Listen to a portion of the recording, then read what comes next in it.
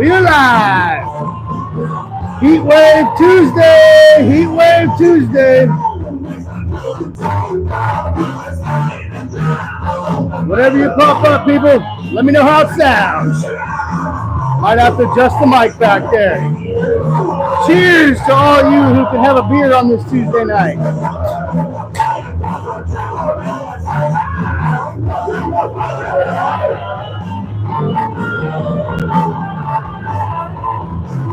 I don't know how hot it is where you are, but it's hot here.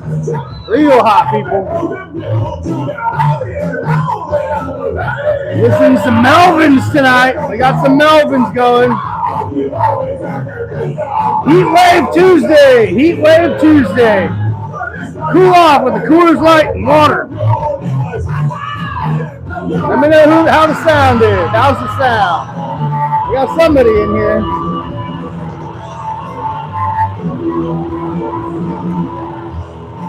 Gonna do a nice little summer Tuesday heat wave hang. Gonna have a couple special people call into the show tonight. Call-ins worked pretty good. I think you guys liked the call-ins last night. The fucking beard is live. Hell yeah, Drew. Lucifer's here, everybody. We got Drew in the house. The goat is here. Right on, baby. Thank you, brother. Hell yeah. How's it sounding, boys? Bobblehead! What up, Bobblehead? Felipe, Brazil! How's it, Felipe Batista? Hola, ¿cómo están? Más cervezas! Estoy borracho! Poquito borracho. Hey, kid! That mediocre guitarist is here. How you doing, kid? Are you still out here in California on your vacation? I know you said you were coming out. Got a little Melvins going in the background. Oh, yeah, Barry, if you want to call in, we'll make you like caller number 3 later on. I got, I'll write on you back home. I hope you had a good time out here. Well, hey, that mediocre guitarist, it's really hot out here now, so hopefully it's not as hot where your house is. But Barry, we'll get you on a call later if you're down, bud. I don't want to push it too late. I know you're on the East Coast there, but, you know, we'll make it happen. We're going to have brother Joe Dinkins. Joe Dinkins is going to call in. If you don't know Joe Dinkins, go check him out. That dude's hilarious. Ripping guitar player, too. But, yeah, Joey, I call him Pinball Joe. When we talk to him, we'll talk about why I call him Pinball Joe. Not because of any hair issues either. Ted Cowboy from Hell. Yeah, Dime. I got Dime up there. I've had that since just, I don't know, about a month or so after he died there, Cowboy. You know, love Dimebag, love Pantera. Grab a beer, grab a drink, grab some water, grab a Gatorade, grab a cocktail, grab whatever you got. Heat Wave Tuesday, guys. It's still out here where we live on the bay. We don't have air conditioning because you only use it maybe 4 or 5 times a year. And I haven't had it installed. So I got 2 fans going right now, and it's still about 86, 87 up here. Not bad, though. It's so easy. Not bad. Oh, we don't want to listen to commercials. No commercials. Start off as a Melvins. Cheers, Ted. Cheers, Ted. Ah, you like that, Drew? I believe that's in your likeness, huh, Drew? That's right, Drew. Right on, Barry. You got some coffee. We'll get you on here. I think we'll get Joe on here in about 10 minutes. We'll talk to Joe Dinkins for a little while. And then after Joe, check with old Kai Hawaiian Death Metal. They're Paul out in Nebraska. And we'll see if we can get a little heat check from Illinois and Nebraska. Shane, what's up, brother Shane? How's it? Gen X Locker, Anthony. Thanks, brother. How you doing, Anthony? Cheers, boys. Cheers. Yeah. Glad you guys are here tonight. Thanks for coming out, guys. Thanks. Heat Wave Tuesday. How hot is it down there, Shane? Yeah, Drew's in a some government shelter somewhere. You're at work, Anthony? I appreciate you tuning in at work. 78. Not bad, Shane. Shit, it's hotter here than at your place, dude. I'm on the bay. I mean, we're relatively both close to similarly placed to the ocean, I'd say. Anyhow. Yeah, 78. I would kill for your weather, Shane. Yeah, you're at work having a blast. Felipe Batista. Icy cold in Australia. No shit. It's winter time out there, right? Yeah. Oh, your leg. Oh, the game console episode. I was gonna watch your game console episode. Oh, Shane. Okay. Next time I'm down, bro, I'm definitely coming to your house. Paul, what's up, Paul? We're gonna have you on at all. Paul Creech is here. Oh, the video game episode? Thank you, Ted. Right on, Ted. Appreciate it. Anthony, that's too bad. I'm gonna watch it. When I watch it, I'll share it out. Okay, Anthony? I thought it was a good idea. A man bun with Drucifer's been wearing a man bun and a wig hanging in a Starbucks. Yep, hanging at a Starbucks, getting circle jerk, hiding out from Scar. Oh, that's right, that's right. Yeah, Shane. Thanks for stopping by, Anthony. I appreciate it, man. Gen X Locker. That's Eddie's real good buddy from, shit, I think high school there, Anthony. Drucifer and a man bun, I know, right? I've never seen him without that beanie on, other than maybe that picture he had from when he was a kid. Yeah, hiding with hipsters, Barry said. Hiding with the hipsters and the soccer moms over at Caronville Starbucks. How's the music sounding, guys? Is that all right? It's not a super clean copy as it is, but it sounds okay. But I have it on the PA. I'm hoping it's coming through here all right. Yeah, it is the last place anyone would look for you, Drew. Yep. I don't think they're going to find Drew anywhere near a Starbucks or a what do you got? Jamba Juice, Noah's Bagels. What did you say, Shane? Oh, is it not too clear, Shane?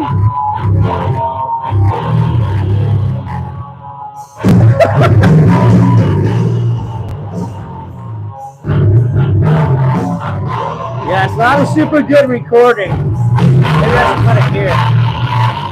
Maybe I had it on the wrong. How's that, Shane? I just moved the microphone. Maybe that'll work. I gotta have you over to figure out my whole thing. Yeah, I'll give about 5-10 more minutes. We'll see what, a lot? Alright, let's try. Maybe that's a little better. Bobblehead. Nah, your mixes are way better than that, Bobblehead. And the pigeons. I don't know, I moved the microphone.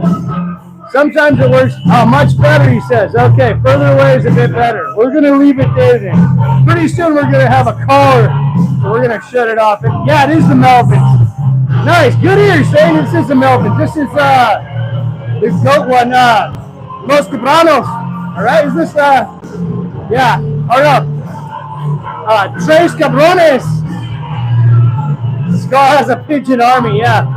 They're all armored pigeons. Armored war pigeons. With little, like, tomahawk missile launchers. I love the Melvins, Shane. Shit. Melvins rule.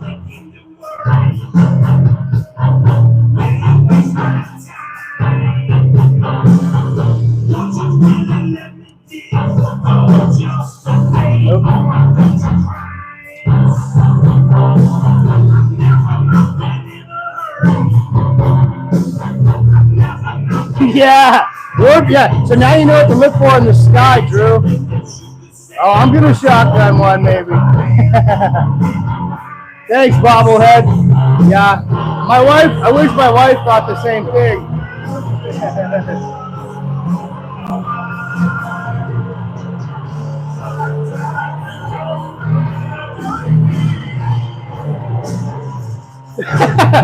Oh, the beards. Yeah, the beards are a good cat toy.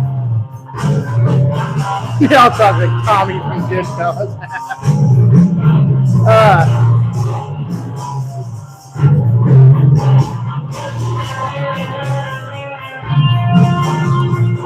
Yeah, another 5 minutes. We're gonna Felipe. Oh, that's right. Hey, Shane just got this cute little kitten, you guys. Put a picture of him on your community page, man. He's a cute cat. Another cat to the metal community, bro. Yeah, I met Shane and his girlfriend Crystal there for lunch on Saturday. That was awesome. Had Bubba Gov. Had some really good conversations. And then later that afternoon, I think you guys were off to go pick up the kitten, right? Or maybe Sunday. But that's cool. My daughter wants a cat so bad. Again, I told you why I can't have one. My more litter boxes for posers. Yeah, more cats, more litter boxes. True story. In Piper's older years, too many commercials. Rooming around more rest breaks because she didn't hold the position for it. Oh, commercials.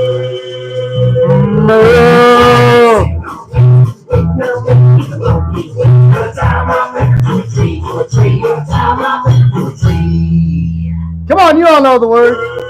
Yeah, Paul, my wife's allergic to cats too. My wife's super allergic.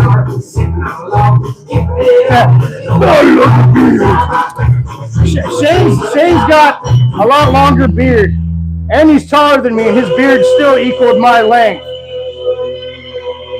Kevin McCacken! What's up, Kevin? Scratching your cock with a garden rake. Hopefully I don't get in trouble for this one.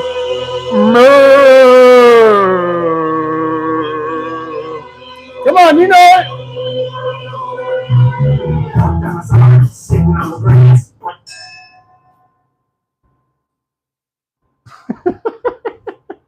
I love this album. Between Shane and Trevor, who's the bottom? Oh, that's not fair, Paul. He's taller. You know which one. Taller man, taller beard. Do the math.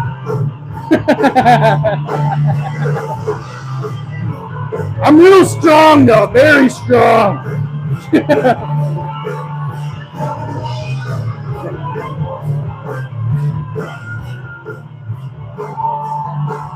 All right, I turned it down a little. Maybe that'll help. Let's see here. We're going to get old... I'm going to text one of our first guests of the night. And we'll see... Oh, sorry. Also texting. My kid's got a play date tomorrow. I don't know about how many of you guys got kids. I know, Paul, you got kids. Drew, you got, I think, younger kids. I got a 10 and 7-year-old. And even when I say the word play date, it just feels weird. I just used to go play at my friend's house.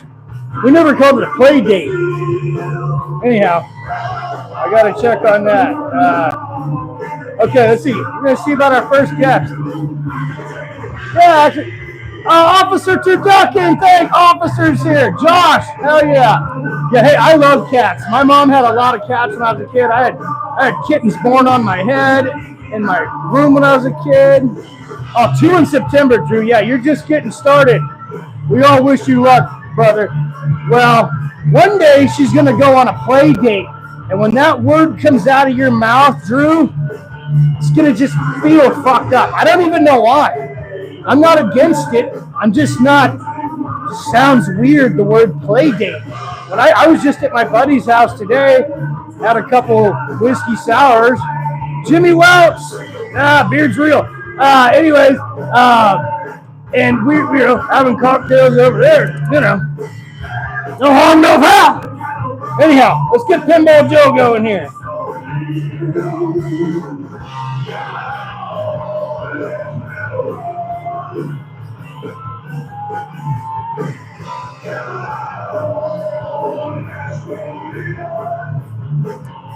Checking on our guest. We're checking on our guest.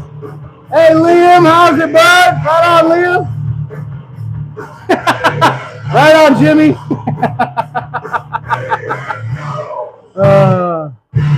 Yeah, good to see you here, officer. Heck yeah, man. Yeah, beard stick. Ah! Go let them know there, bud. Go let them know. All right, we're going to see if our guest is coming in here. How's everybody doing tonight? Has everyone got, I know a lot of you got to work tomorrow. We got a lot of people on vacation this week, which is kind of nice. My wife was fucking not pumped today. She had to go back to work today. 2 becomes 12 really fast to drive every minute. Yeah, you're right, Barry.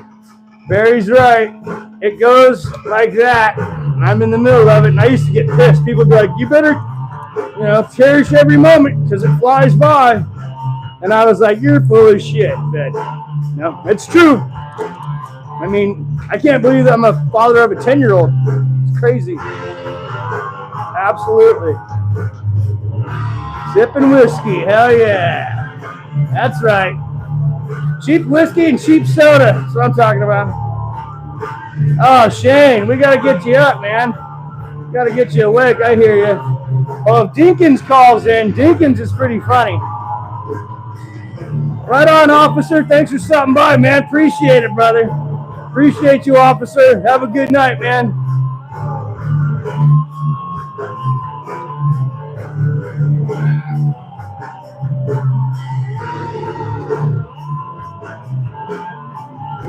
Yeah. Kids are expensive, Shane. Yeah, I know, man. Out here, everything's fucking expensive, dude. I don't blame you, man. I know we talked about that a little when I saw you. That's right, Barry. Yeah, that's Officer Turducken there. I don't even know if he's a cop or not. I hope he is. That'd be really cool. But that guy, he's a great commenter, always super supportive of the channel, and always has amazing comments. Old Officer Turducken. I mean, Turducken. Old John Madden. Remember the Turducken? Turducken was awesome. Let me know if you guys want to hear something else. I've got it on YouTube.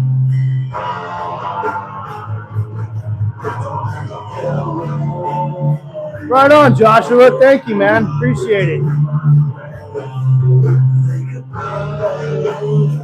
All right, guys. We're going to give old Pinball Joe a call here. Shut the music off for a minute.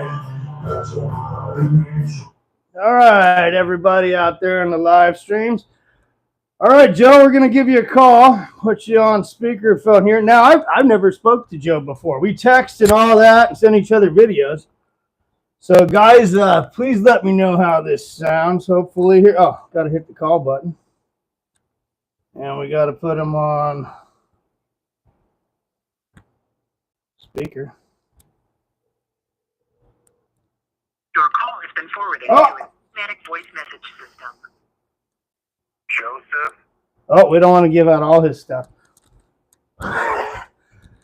When I used to be addicted to drugs, don't do drugs, everyone. Drugs are bad. A long time ago I was, and when you'd call someone and that happened, you were super bummed. Okay, let's try it again. Maybe he'll have to call me.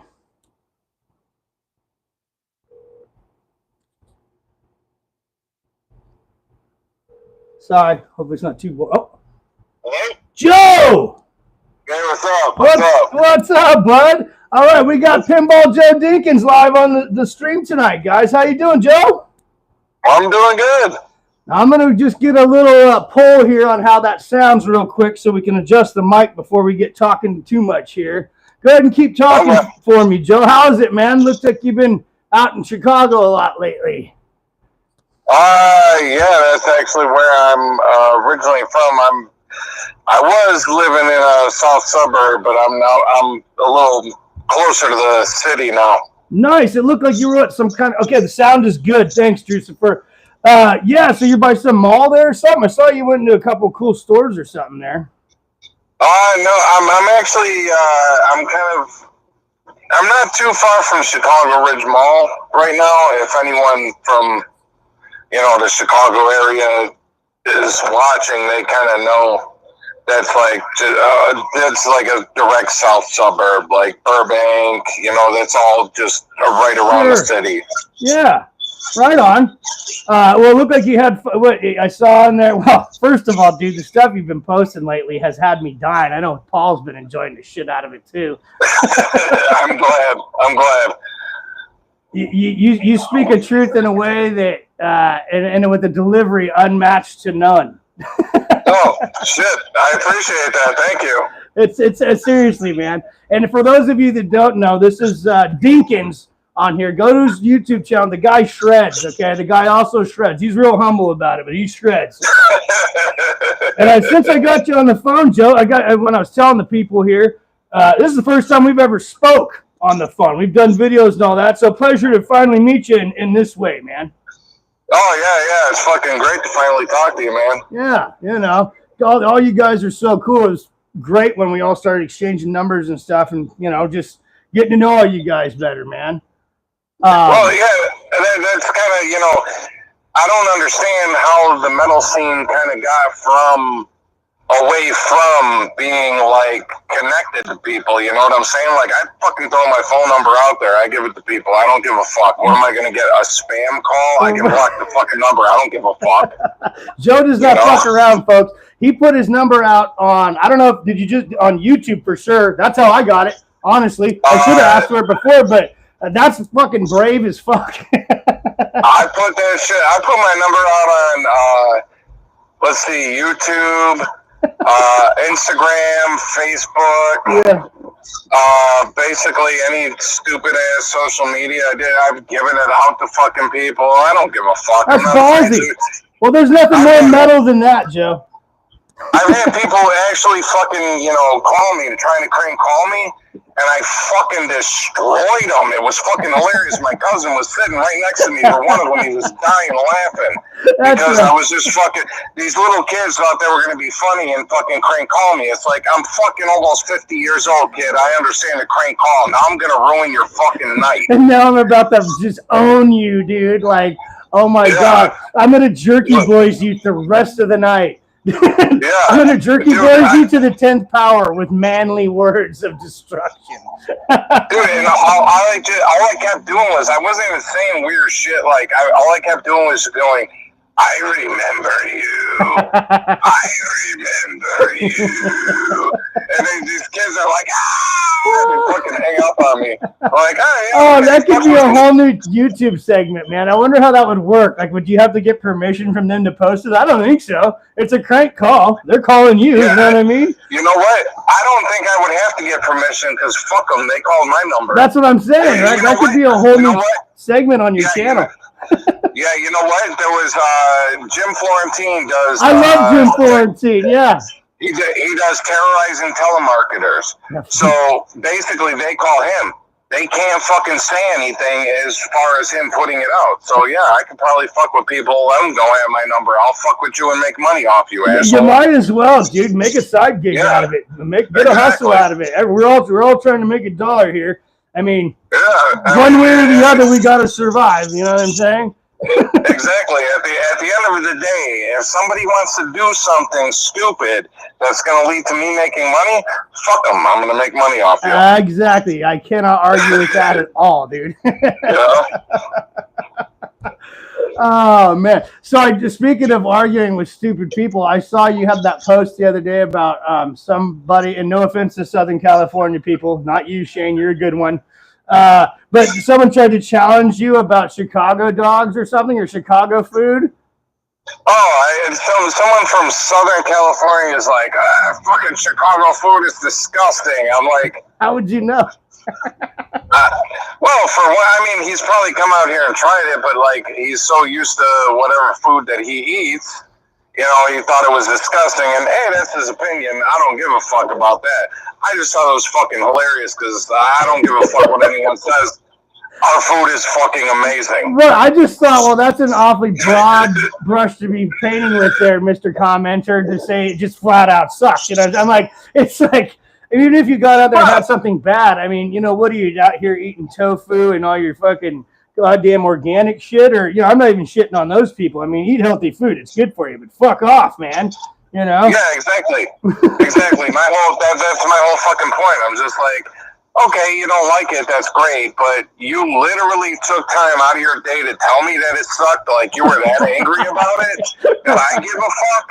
Oh, that little clip, dude, had me dying. I was just like, and then I was like, well, I know it wasn't me. These fucking California know-it-alls. Dude, the best one I had was the fucking guy on What's up, Trey? Yep. Huh? Sorry, I got a couple people on here. What up, Anthony? What up, Trey? Saying hi to the people for you, Dinkins. Oh, yeah. Go ahead, continue. I'm sorry. Yeah, there was this one fucking goofball in fucking J-Dog's comment section. I saw that guy. That actually told me, like, you're gay, you have friends. Yeah, he was trashing it. Like, the fuck? He was mad because of the community. Yeah, I'm like, okay, then you can fucking leave and go listen to fucking whatever the fuck you're listening to by yourself, asshole. Right, That's hell fine. yeah. You don't have to have friends. Why are you mad? Because I have friends, and Paul has friends, and Mike Violate, I think he might have been in that He was in there, Lop was in there, yeah. It's like, why are you mad that we're all friends, stupid? It's like you just exposed yourself as a lifeless loser that has no friends online nor real life. Right, exactly. And then he would say something like, well, you guys only have friends basically on the internet. It's like, what are you talking about? If that is the case, then aren't you here doing the same thing that we're doing? Like, what the fuck? Right? Yeah. Like, don't come here and be all complaining about we're not all here together when you're here together with us. Exactly. It's fucking like the irony is mind-boggling. Yeah, it's like, how fucking stupid are you? You know, it's like, you know these guys online. Yeah, guess what? I actually talk to them on the phone, and I fucking hang out with them at shows with, like, Mike Violate. Me and him and hung out and shows together fucking a couple times already. What is he like to hang out with? He is a total psycho. He is the right kind of psycho for me, man. I love that dude. Makes me laugh so fucking hard. I fucking love Mike. Mike fucking rules. Like, seriously, anyone that ever meets Mike, if you don't like him, I fucking hate you. Yeah, I'm with you, dude. I am with you. If you don't like Mike Violate, I'm not your friend. If you don't like Mike, I fucking hate you. I think you're a piece of shit. I agree. Automatically, fucking across the board. I don't give a fuck what charity you give to and whose dick you suck. If you fucking met Mike and you had a conversation with him and you don't like him, fuck you. I hate you. Oh, dude, I've never even met him, and just his videos and the little back and forth in the comments we have. He could have his own. I would watch that reality show of just his daily him. Oh, dude, I think him and fucking Paul need to fucking collaborate. Yes, they should have their own YouTube show. Videos. Yeah. Paul and Mike doing how-to videos on how to fix shit on YouTube would be fucking amazing. They would be completely amazing, Joe. I fully agree, man. I mean, you got Paul the other day changing that oil, hot oil pouring down his arm, volcanic levels of heat. And then you got Mike over there. He's at break smashing tuna fish into a jellyfish donut. Dude, I told him next thing you know, he's spitting on his serpentine belt in his truck or something to get the timing down. You know what I mean? Dude, when he busted out that lunch with the fucking donut and the tuna fish, dude, my reply was that lunch is fucking depression. That lunch is depression. Like, he loved it. Dude, that fucking lunch was literally the edible fucking version of depression. It was disgusting. I don't even like filled donuts, okay? I don't like a filled. Give me a regular fucking donut, Joe, you know? But he had the filled chocolate donut, then with that creamy, that was even some fancy tuna too. Oh, that was insane, man. That guy, that was one of my favorite videos. Oh, dude, that was the fucking roughest lunch I ever had to look at. That was almost as bad as that fucking shit hot dog that I had the other day. Almost as bad. I would have rather ate Mike's lunch than that fucking hot dog that I got. Would you have put ketchup on it? On the donut? On anything to make it better. Look, I'll put ketchup on a donut before I'll put it on a hot dog. I knew that was the answer. I knew that was the right answer. It's a proper Chicago, Illinois guy answer. Fuck yeah. Yeah. That's right. That's just, look, man, once you get past the age of 5 and your hot dogs aren't cut up and are on a bun, you stop doing that shit. The reason, look, you want me to explain to you exactly why little kids put ketchup on hot dogs? Is because when your parents buy you those shit fucking hot dogs, they taste like shit, and you put ketchup on them to mask how disgusting they are. When you get older, you eat a fucking man hot dog, and you go, oh shit, I don't need that fucking ketchup. Nah. It tastes better with just mustard. Or even spicy mustard, or like I don't even fuck around. I'll eat. I told you in the comments. I'll eat like hot links, or you go get like Hawaiian sausages or something. You know what I mean? And Yeah. if I one of my buddies in my wedding, he's a black dude, man, and he got me on hot links, bro. And he took me to Big Nick Hot Links in San Francisco. Shit would blow your face off, but he told me straight up, if you put ketchup on this thing, I'm gonna punch you in the fucking mouth. Because he knows his shit. Because he knows what the fuck he's talking about. He totally did. From there, I mean, I wasn't attempting to. He was just giving me like, "Hey, I'm bringing you to this place. Don't fucking embarrass me," type of shit. You know what I mean? I was like, Exactly. "Hey, he didn't know what my hot dog etiquette was yet." You know, and I was like, "I know, but with links especially, get that shit out of here. You almost don't even need mustard." No, you fucking. But see, the thing is that guy he'd be okay in Chicago. Oh yeah, because he already knows. He knows. He already knows. He already knows. He's a survivor. He's like, the rules are very clearly set in stone. I mean, I don't live there, and I knew the fucking ketchup rule. You know what I mean? It should be common knowledge. It was the most unholy fucking thing I've ever seen in my life. Like, a Chicago hot dog is supposed to like have sport peppers and onions and fucking relish and shit. It was just celery salt. Yeah, celery salt. My cousin was just like reminding me. But like this thing fucking it had slices of pickle out of a fucking jar. It wasn't even fucking like a fucking pickle spear. I'm like, what kind of fucking savage does that? That's fucking disgusting. It is disgusting. Like, how the fuck, it's not a hamburger. It's a hot dog. What the fuck are you doing? Yeah, I mean, people are all fucked up these days, Joe. You know what I mean? Bunch of weird fucks out there. You know, gotta learn. You know, I'm not telling anybody what to do here, but there is proper ways to enjoy a meal, folks. And you should optimize your meal eating. That's all. But hey, when you're in Chicago, just don't fuck with ketchup on a hot dog. I don't even think I'm buying ketchup or any kind of fucking sausage or anything.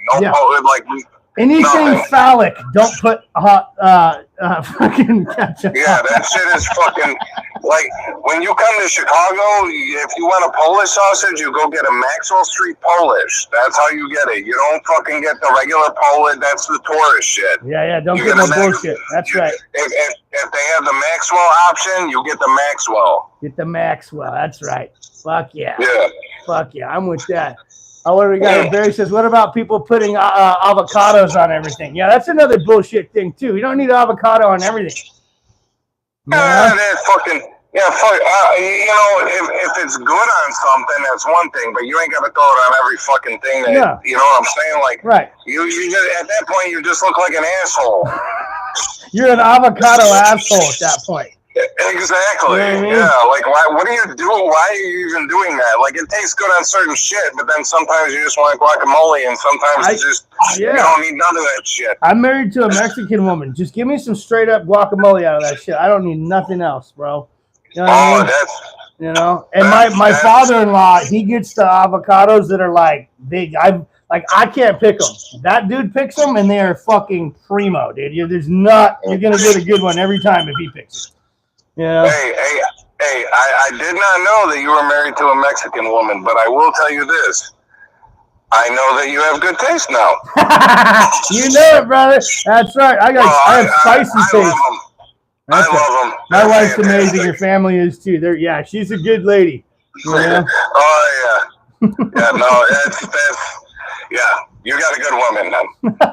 Shane says we're making him hungry. Shane's got a lot of good options down there. So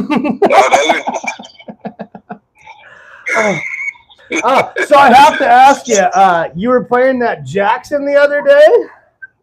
Oh, that fucking camo one? Yeah. Yeah, I went in, dude, the funny story about that is that I'm staying with my cousin. He lives in not too far from a guitar center, and that guitar center actually I guess the store man. I think he's a store manager now. Is actually somebody, the drummer that used to play in Corpse Vomit. Ah. And I've known him since like when we were in high school, buying beer illegally through people and shit. Shoulder tapping, oh yeah.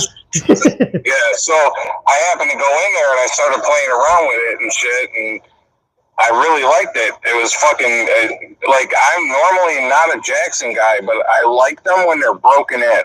Okay. You know, I don't like a new Jackson. Something about the fretboard just feels like quicksand in my on my fingers. Interesting. I don't know why. Yeah. But once you break a Jackson fretboard in, they're fucking awesome. I'm just getting familiar with them myself. I played a couple at Guitar Center a couple weeks ago. A similar one to that. It wasn't camo, but I don't know if it was the same pickups or neck or anything. But yeah, I've heard, I like the tone and stuff, but I've never played one even for long enough to know whether I like it or not. But that's good to know. So in your suggestions, maybe a used Jackson might be a better option. For me personally, yes. Okay. I would prefer that somebody else broke my Jackson in, and now I can play it. I mean, you know, and if someone picks up a Jackson and they're like, fuck these guitars, this fucking neck feels like shit, what they need to do is just let somebody wear that motherfucker in. Go buy a used Jackson. Play a used Jackson, and you might feel a difference. I do. I'm with that, man. I'm with that. Hey, real quick, Anthony, thanks for stopping by, man. Appreciate you, Anthony. Metal Miners out there in Florida. Thanks for stopping by. You know Anthony, Joe. Anthony. Joe saying hi to you. Anthony's got to get back to work, man. But Anthony, you have a great night, man, down there. Metal Miners, go check him out, guys. He has killer reviews, cool metal room, all that good stuff. Yeah, Anthony, have a good night, man. You guys got some weird hours with your jobs. Everybody's all it's awesome, but sometimes I'm texting people. I'm like, holy shit, you're awake? Oh yeah. People, hey man, people got all kinds of hours. Hell yeah, man. Hell yeah. But yeah, okay. So on the I haven't played a lot of Jacksons other than a few at Guitar Center, and again, I wouldn't know one way or the other. They had another one I saw down there. It wasn't a Flying V, just like a standard flat green body. There's only like $150, and I almost bought it, and then my wife rolled her eyes, and that was the end of that trip. But maybe one day. I like the guitars I have. I don't want to get too many, and then I stop playing some of my favorites. You know. Yeah. That sounded really greedy, by the way. I only have the 5 up here, and most of those were given to me. Yeah, but I don't have too many guitars. Basically, I have my ESP is the ESP V. It's got that's the one I customed out the most. It's got like the locking strap, locking tuners on it. I've got Seymour Duncan Black Winter pickups. So that I like that one a lot, but I also really love my Solar, which is Ola England's brand. I do like those Solars, yeah.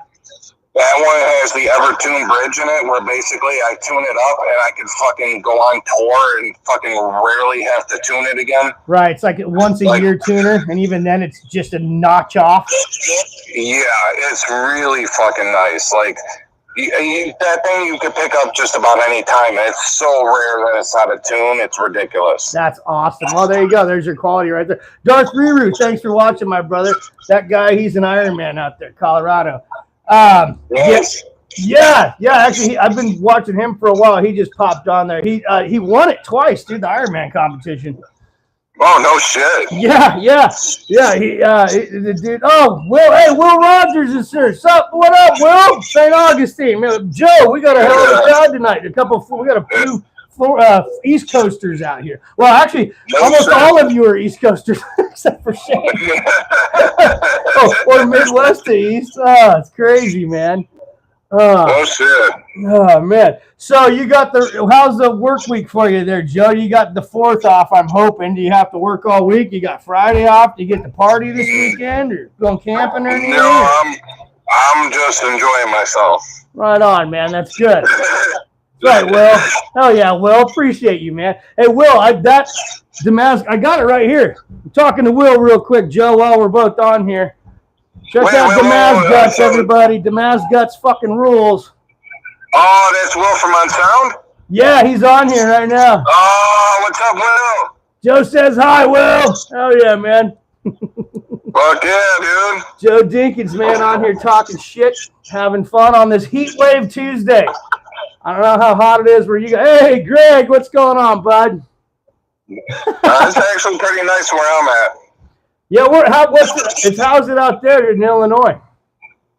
Right now, I'm on the south side, and it's a pretty cool, nice night. Really good temperature, nice to be out. I mean, if you wanted to have a fire, it'd be a good night for it. Or if you're just sit out in the yard and just fucking have a few beers, good night for it. I hear you. I love those nice warm summer nights where you can be out and it's comfortable and bugs aren't biting you too much, and you can maybe have a little happy smoke and a few beers, and you know what I mean? It's a perfect night for that.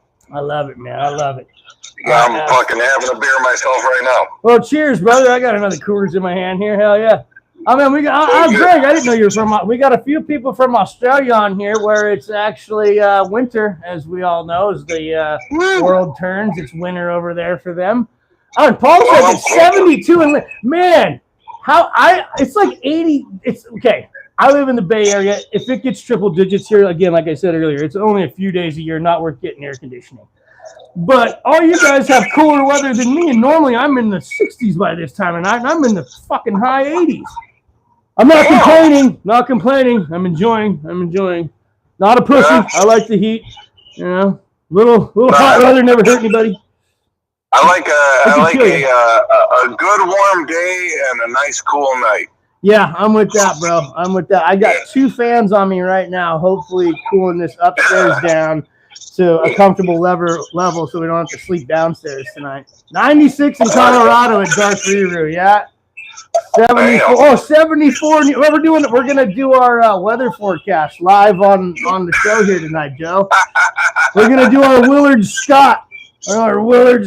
Yeah, nice night for let's bathe yourself in Coors Light, Shane says. That's right. Oh, man. Well, shit, Joe, let's see. How long we've been going here? I know Paul wanted to call in, and Barry might want to call in. Anything else you want to say to the folks tonight? I'd just like to say I would definitely like to hear from Paul and Barry. That would be fucking awesome. And, you know what? That's about it. No pressure, Joe. No pressure. I hear you, man. I hear you. No, it was good talking to you, man. And again, this is something I'm going to do often. So we'll get a rotation of you guys that can call in, and it's just a fun segment to hear from you guys and what you're doing, where you're at and stuff, and help getting to know you better too, you know? Yeah, no, this was fucking awesome. I totally had fun doing this, and I would definitely do it again, and I'm looking forward to hearing other people too. Fuck yeah, man. Hell yeah. Me too, man. And we're all going to do that. And, well, let's just take off for now, Joe. Everybody say bye to Joe in the comments there. All right. Bye, everybody. Everybody have a good night there. Joe, well, I'm not going anywhere, but Joe, we'll see you later, bud. Thanks for calling, my brother. All right. I'll be in them chat comments there. All right. Joey's popping into the chat, guys. Right on, my brother. I'll talk to you later. All right, later. All right, Joe Dinkins there, everybody. That was awesome, man. Oh, yeah. Will, you got swamp ass in the swamp. I hear that. Some rainforest ass crack. Hey, Paul, I'm going to have a quick safety meeting, and if you wanted to call up, I'll text you in a minute, and you can call in, bro. You want to do that, Paul? Let me know in the comments, man. I'm going to fire up some music again here real quick. I'm going to fire up a little more music. Your life isn't bland, so why should your breakfast be? Dig into protein. All right, I'll do that for a sec. Whoa.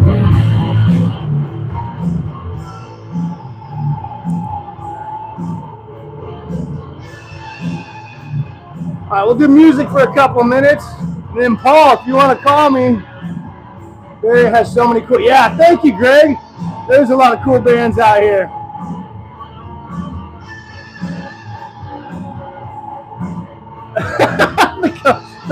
That was funny, Will. That was funny, dude. Let's see how much battery I got. Oh yeah.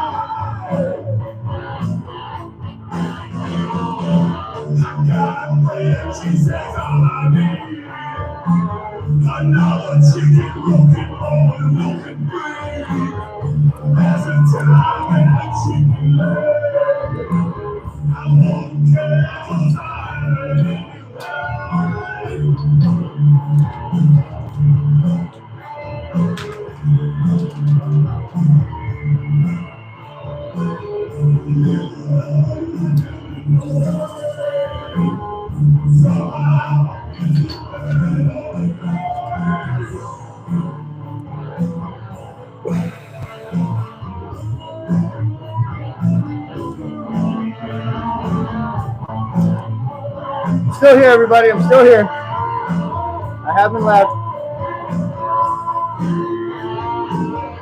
All right, Paul, just give me 2 more minutes, Paul. 2 more minutes.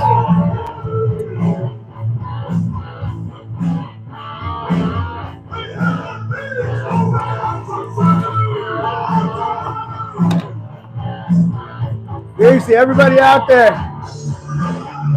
Mortal Wound, yeah, man. I gotta get that. I got Shane Hook. Hey, Dan, Moonshine Talking. Dan's here. Hey, check it out, guys. Shane, when I went and saw him, brought me Mortal Wound.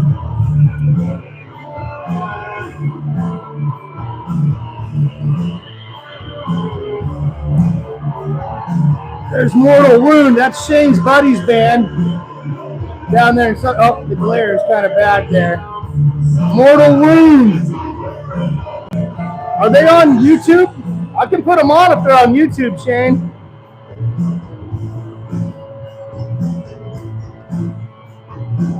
Yeah, you guys all got me itchy for this vinyl. Hey, thanks, Greg. I appreciate it, man. Yeah, Dan in the house, everybody. Thank you, Dan.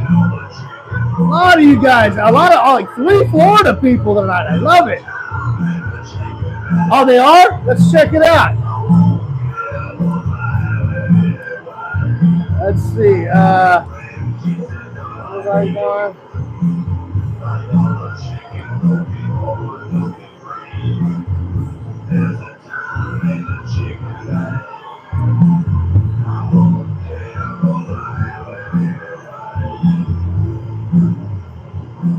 Oh, here we go. Yeah, we got Mortal Wound right here.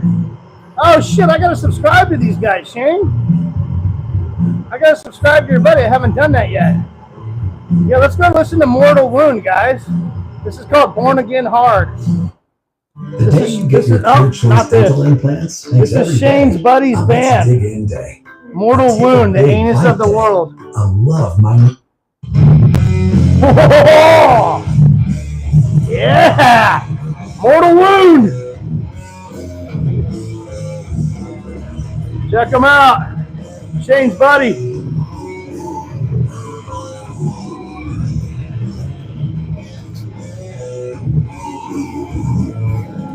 Oh, yeah, dude.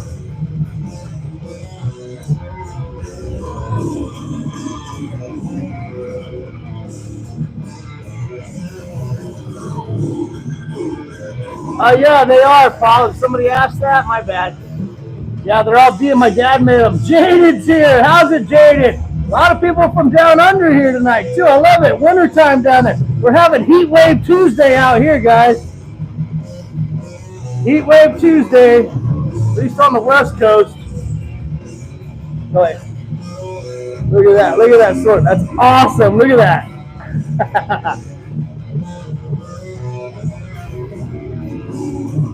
I bet you Shane's in one of these pictures, maybe. I don't know.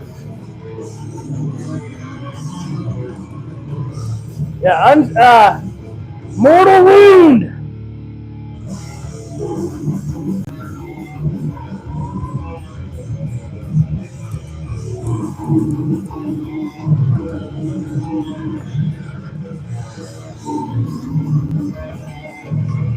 I know, Paul. I know. I probably am going to go to Shane's house soon and eat barbecue and play in the game room.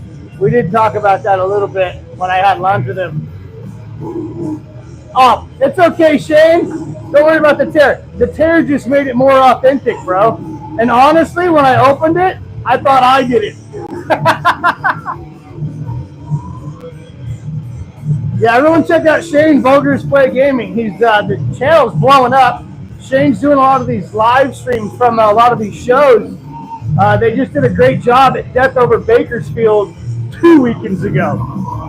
Plague Doctor, saw Plague Doctor, awesome.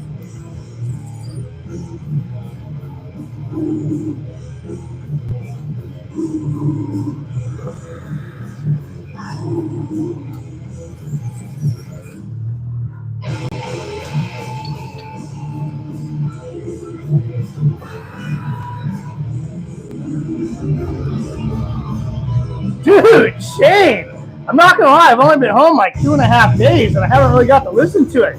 Mortal Wound kicks ass.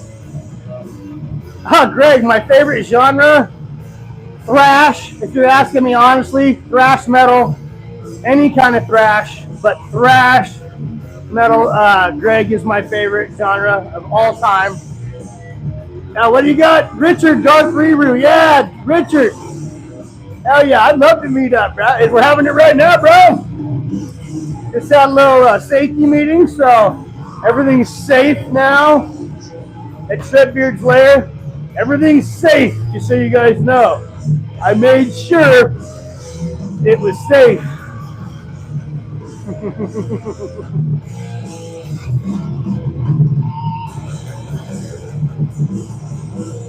All right. We'll let this song go. Maybe one more song.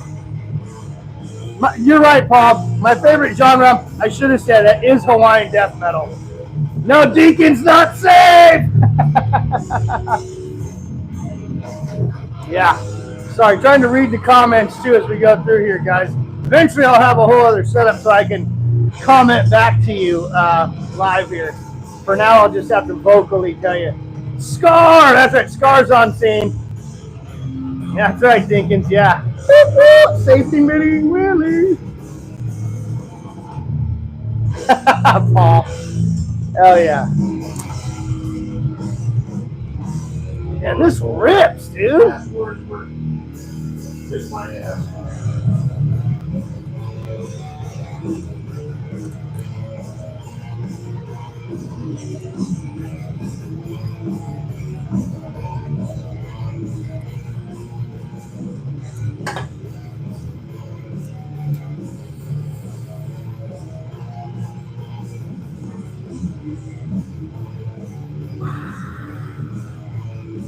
Hey, Dinkins, I'm in the other room. Guess what I'm doing right now?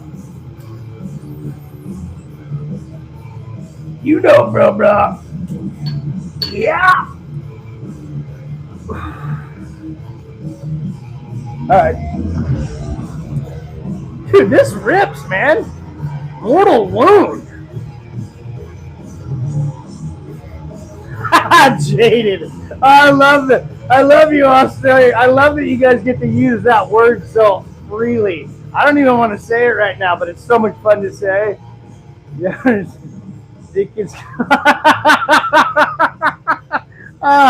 yeah, Greg, Mortal Wound, man. They're on YouTube there. I've got the vinyl. Shane, I bet they're on Bandcamp and all that stuff too, guys. Look for Mortal Wound, Anus of the World.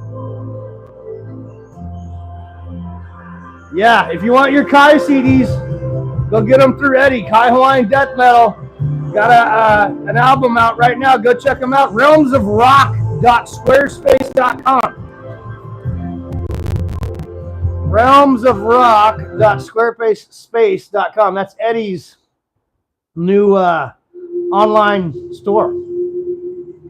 Found Dead in the Bush is the name of this song. Found Dead in the Bush. You need a drummer? Yeah, drummers are seem to, even Revic at Mordant Red there seems to have issues with this drummer.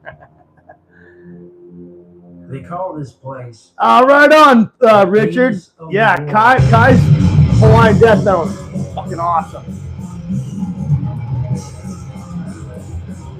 Time for another beer.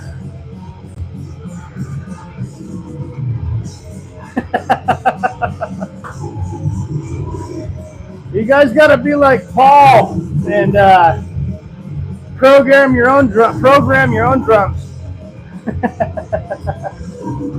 More beer. We got it, brother Joe. I got a whole cooler of Coors Light plus the fridge downstairs. All right, ooh.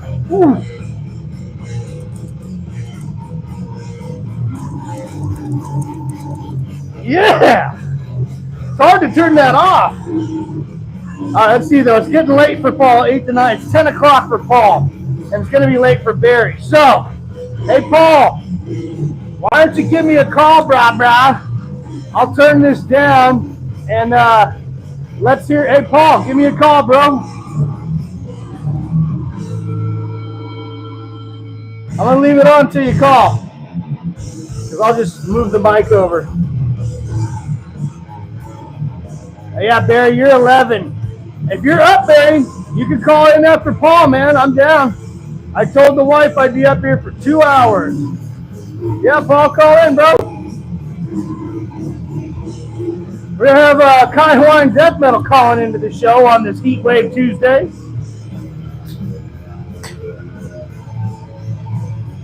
More humans and less machines.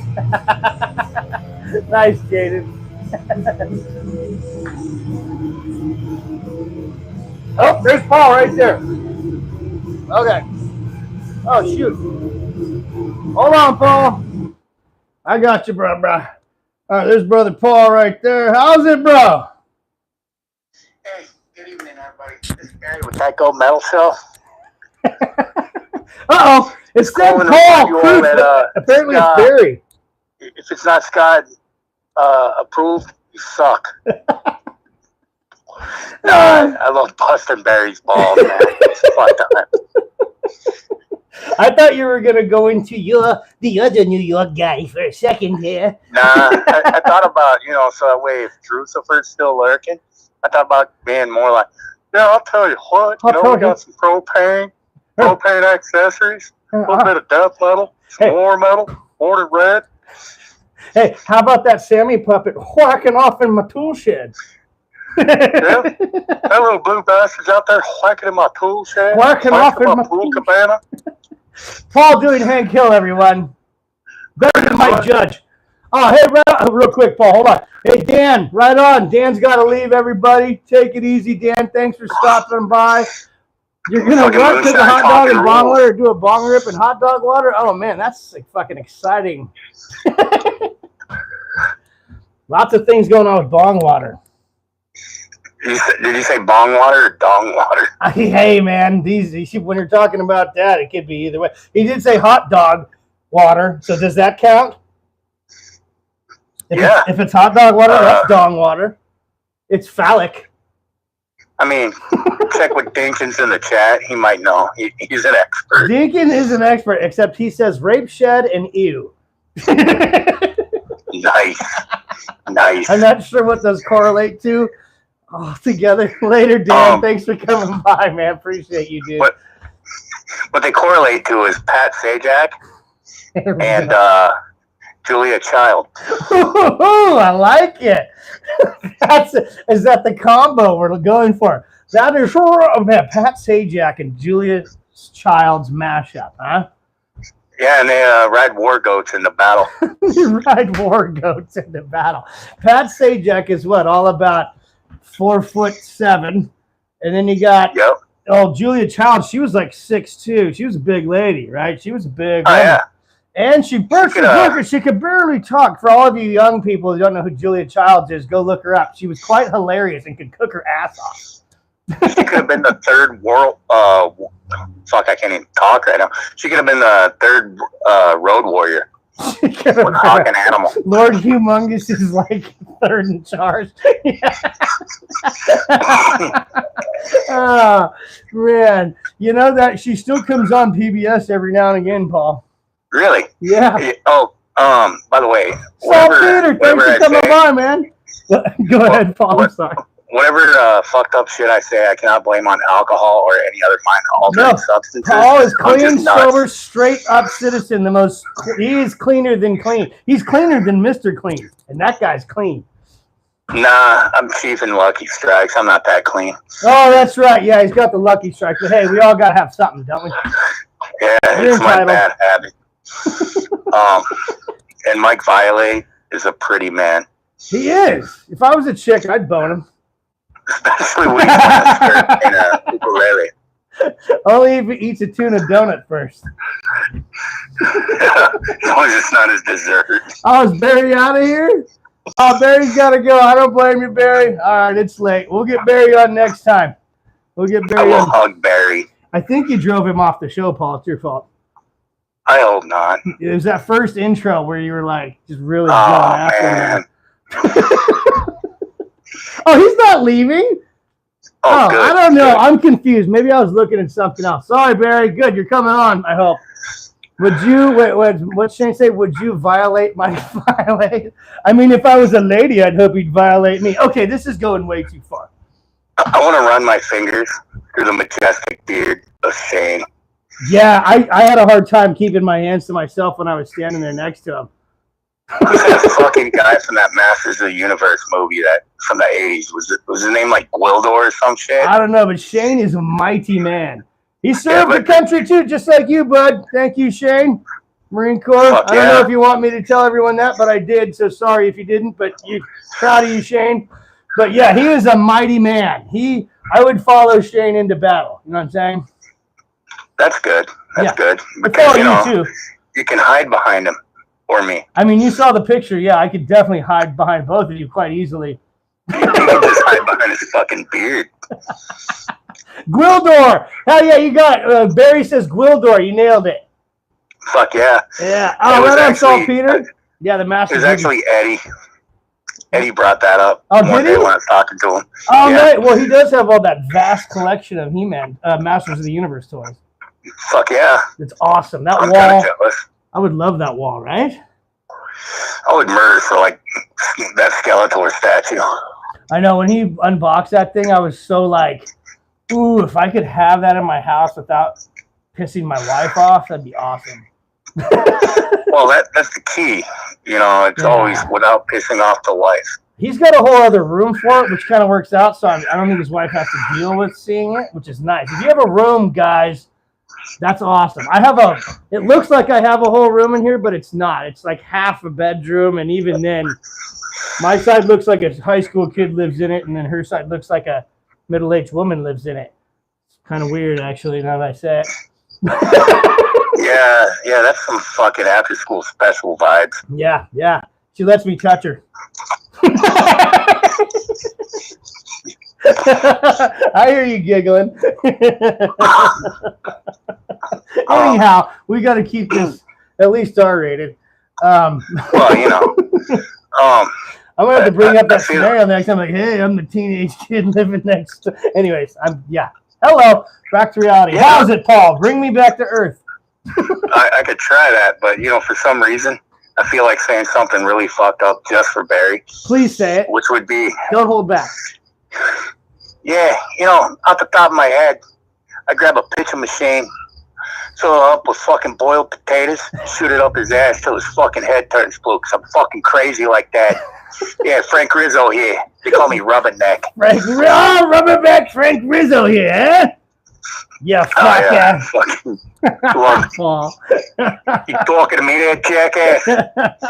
Fuck you, beefy kids. Man. What was that? Yeah, that shit was great. That was great. The Tony Montana references with the cat earlier were pretty fun too, with Scar. Catnip. Just for you guys' information, Drucifer is in the underground catnip trade. You can see him on To Catch a Smuggler sometimes. And Scar is fucking pissed because he ain't getting his shit. Watch out for those war pigeons. War pigeons. Someone with goat masks and bandoleros. I mean, that's Iron Casket's new album title, isn't it? War Pigeons. I believe so. It should be. It has to be. You know. But since we didn't have goats, Lynette Camacho, hey, how's it? Just say.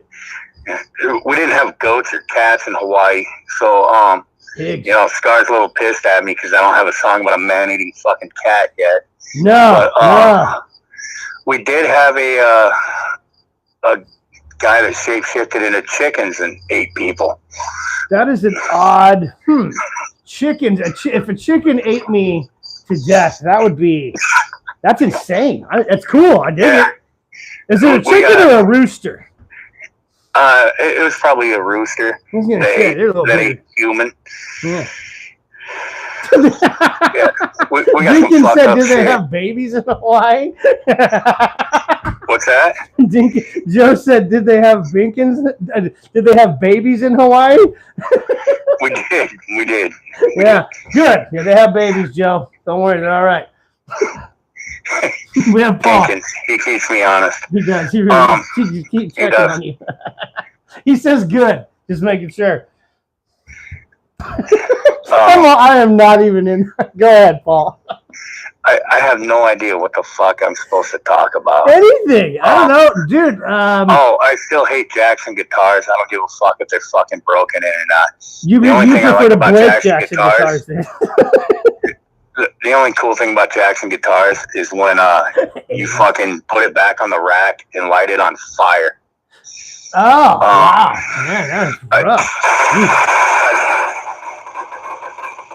Did you just have a gunshot fucking sound effect? That was awesome. No, it was some. I'd like to say it was kids lighting fireworks, but you know, one of my neighbors looked at me cross-eyed. Yeah. Well, it's that time of year. We're days away. Dude, they're so illegal out here, and you know what that does? It just makes people have even better fireworks. Oh, I know, dude. Those sounded really good. I was in Omaha one year, and on the 4th of July, it was like a death metal show. Yeah. And Diabolic Possession was playing that night, which they're an awesome old school death metal band. Okay. But like those motherfuckers, they were playing, and people were lighting fireworks off and shit. What, like Roman candles and shit? Oh, fuck yeah, and like fucking big displays and stuff. But it was all illegal in Omaha. And yeah, you guys can get the good shit out there, right? Oh yeah, all you got to do is go to Missouri or Iowa. Yeah, you're probably good. Missouri. You're good shit adjacent. All right. Oh yeah, like you go to Rockport, Missouri, you can get like fucking damn near military grade explosives. You're like, yeah, I need some more shells for my howitzer. Yeah, pretty much. You know, they're like, then they just kind of look at you. You're like, hey man, you're allowed to carry 95 pounds by yourself. Because if you need a dolly, it's going to cost you an extra 50. But you got to bring it back. I don't care if you got identification. We don't give a goddamn. Because that's what they all sound like in Missouri. I mean, yeah, I'm going for it. I haven't been there, so sure, I'll buy it. But I mean, that's just until you get down to like fucking Kansas City, and then everybody's like, you know, talking like, oh shit, you know what's up, homie? And then it gets real slow and hood. Yeah. Do you change how you talk as you go through different cities and shit? Like no, not really. That'd be cool. Like if you got gas there, you're like, "What's up, man? I'm about to fill up on number 5." No, what's really fucked up is illegal is the best. I agree, guys. Illegal fireworks are awesome. Yes, go ahead, Paul. Oh, they are. No, what sucks though is sometimes when I talk to people, I start adopting their accent. Yeah, I do it too. It's not intentional. No. Like, and you know, it just happens. So, of course, I can't get that fucking Chicago sound down, which is probably a good thing because I mean, that's a bunch of illiterate bastards. Oh, Joe, did you hear that? But they're better read than anybody from Nebraska. Okay. Why do you bring that back around? Yeah, well, you know, at least they got like good hot dogs. We got good beef, though. Yeah, I gotta say, I've seen those frolicking cows, man. They look fucking happy, and then they look happy to jump into my tummy. Oh man, they frolic in the fucking ponds out here. Oh, I've seen video of those frolicking cows. On my vacation, I was actively looking for California frolicking cows. There were none. Yeah, you know why? They were all high. Liberals. What? No, I'm kidding. The fucking liberals. They were like, they were liberal cows, and so they don't frolic. They were so liberal and they were serious that they could no longer frolic. Exactly, because they're so worried about, everything. I thought that I thought the brand was a big snowflake. We were going really fast though. And like out in Nebraska, we got conservative cows. You have real cows out there. That's right. Yeah, we got strong conservative cows with good family moral values. Moral value. Hold on. Hey, listen to Merle Haggard and fucking Waylon Jennings. I would love to hang out with Merle Haggard listening cows, dude. You'd be all like drinking a beer with a Merle Haggard, like big giant headphones on their big giant cow head. Oh yeah. And then, Kostas, hello from California. This guy from Albania is on here, Paul. Oh, really? Albania. Eddie's That's on awesome. here. Eddie's probably just getting up and going to work. Eddie? Yeah, he just. Eddie, what's up, bud? Paul, we got Paul on the Eddie, line. Motherfucker. Ooh, he said, "What's up, motherfucker?" I think he can hear you. I can see it now. He's gonna get into work, and the first call he's gonna get is, "Yeah, man, we got one of them there Toyota forklifts. Wheel fell off, fucking mast fell off, and the clamp stopped working. Hell, it didn't even have a clamp attachment when I clocked in, but somehow it got it towards the end of the shift, and I mean, it's got gas in it." My son came walking up, and he was Eddie says, "Tell Father to do Hank Hill. Do more Hank Hill. He wants more." The crowd's going wild. Who wants Hank Hill? Eddie. He's got a special request. Eddie? Yeah. All right. What's he want? Oh, I got one. Yeah, you got it. God dang it, son. I was sitting there, just minding my own business, and these son bitches put on some Go to Memphis. I had no idea what the hell was going on. Damn it, Bobby. Stop listening to that god dang freaking Satan music. God damn. I'll tell you what. You've got to be related to Mike Judge. Or Hank Hill. Yeah, probably. The crowd loves it, Paul. The comments are going wild. They love it. Man, the best one, though, was when he was using that voice on Beavis and Butthead for Tom Anderson. He'd sit there and do the shit like, "Yep, all the old balls will be there. Dick, Peter, Rod, Johnson. Every rumors of old John Tom is showing up." Come on, we all know Beavis and Butthead, people. Hell yeah, that shit was awesome. Let them boys that were out there stealing my lawnmower and whacking off in my tool shed. I can't say that one right now. No, I can say it though. Oh yeah, you can't. Wait a minute, you but can't say it where you're at right now. People are gonna think it's weird. No, I have to somewhat censor myself in front of my son. Oh and yeah, you don't want him ending up whacking off in the tool shed. And he also says, "What up, Barry? Once again, thank you for the shirts. They're awesome." Liam says, "Thank you, Barry." My son is so metal. He's walking around right now in a fucking Asheron shirt. Hell yeah, brother! That's how fucking metal my son. Coolest kid in all of Nebraska. Fuck, coolest 11-year-old that anybody would ever meet. I would say I've not met him, but I will vouch for that completely. And he can shred Slayer. The kid can. I've seen videos of him shredding Slayer, folks. He's gonna be better than his dad here real quick. Fuck, he's gonna be better than me by the time he's 14. He's gonna be better than all of us, and he's gonna kick our ass on YouTube. But we're gonna love it. We're here for you, Liam. We'll support you, bud. He can play my song "Cannibal Dog Man" almost as good as me. That's awesome. Tip off the old dog man. Yep. He nails a fucking pinch. No, I hit him in the background. He said better than you, huh? He's always talking he likes shit. He thinks his mouth is sponsored by Nike. Because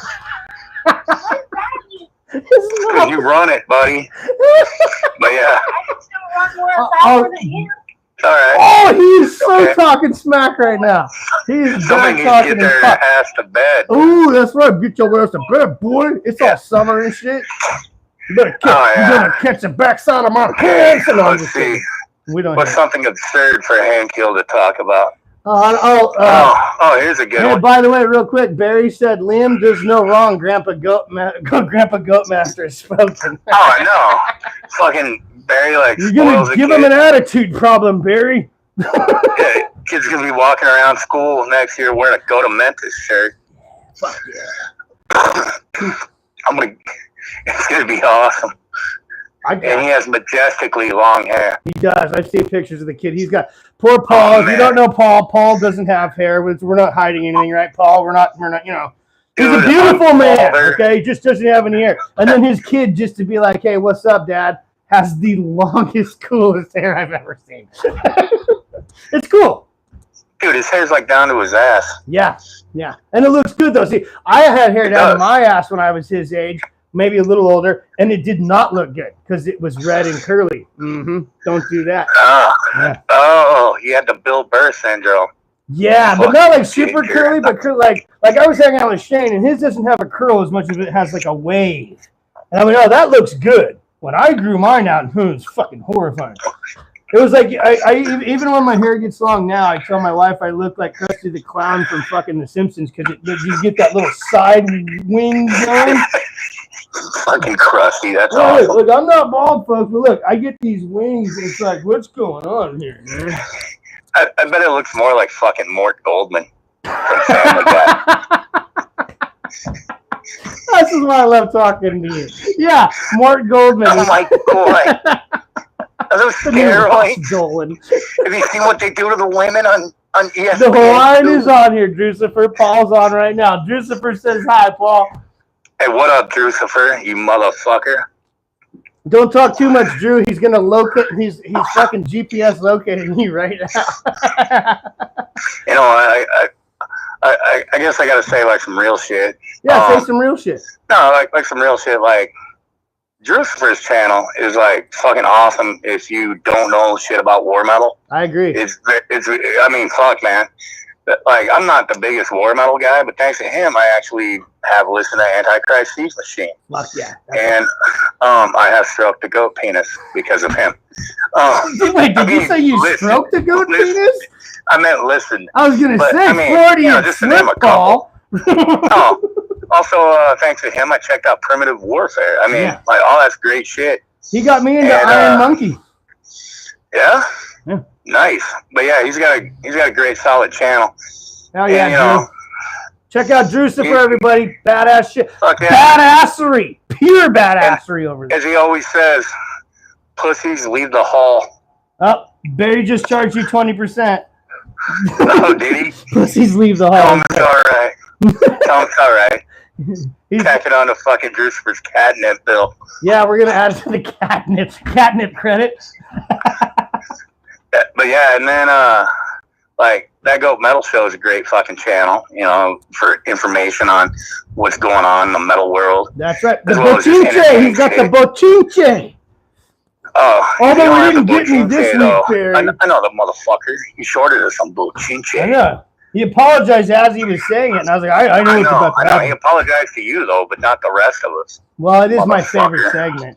And I'm the only one that fucking entered the contest. What the fuck, you guys? I know we're all busy, but what the fuck? Dude, I don't have enough money for the percentage of goat. Damn it. You're losing right now. My fucking bank account just got smaller. Drew says he's in the hole to Scar. Bad. It's getting bad, man. It's getting bad. He's got to get him back in the black here. You know what's fucked up about Scar? He's a cold-blooded dog.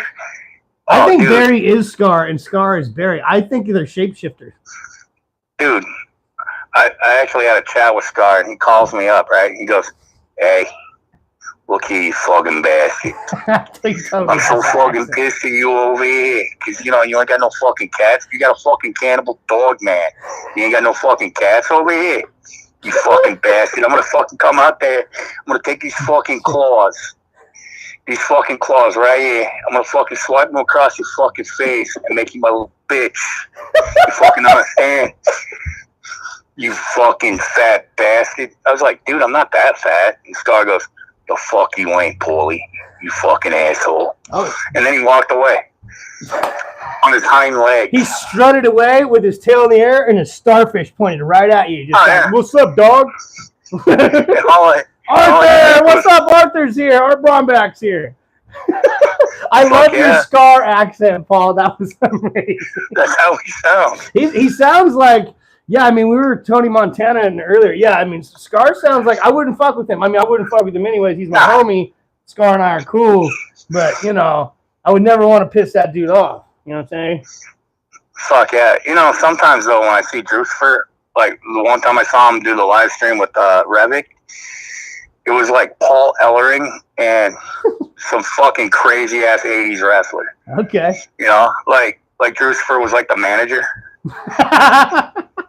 I can see that. Drucifer, he's got the great tone of his voice and his delivery to be like a great WWF manager guy. You know what I mean? Oh, yeah. Yeah. But also, he's got like the soothing voice when he's like, and then when you crank up Antichrist Siege Machine, exactly. You know, he's all like super chill about it, but that's even scarier. It's like the total opposite of Revic, where Revic's all like, another motherfucking video.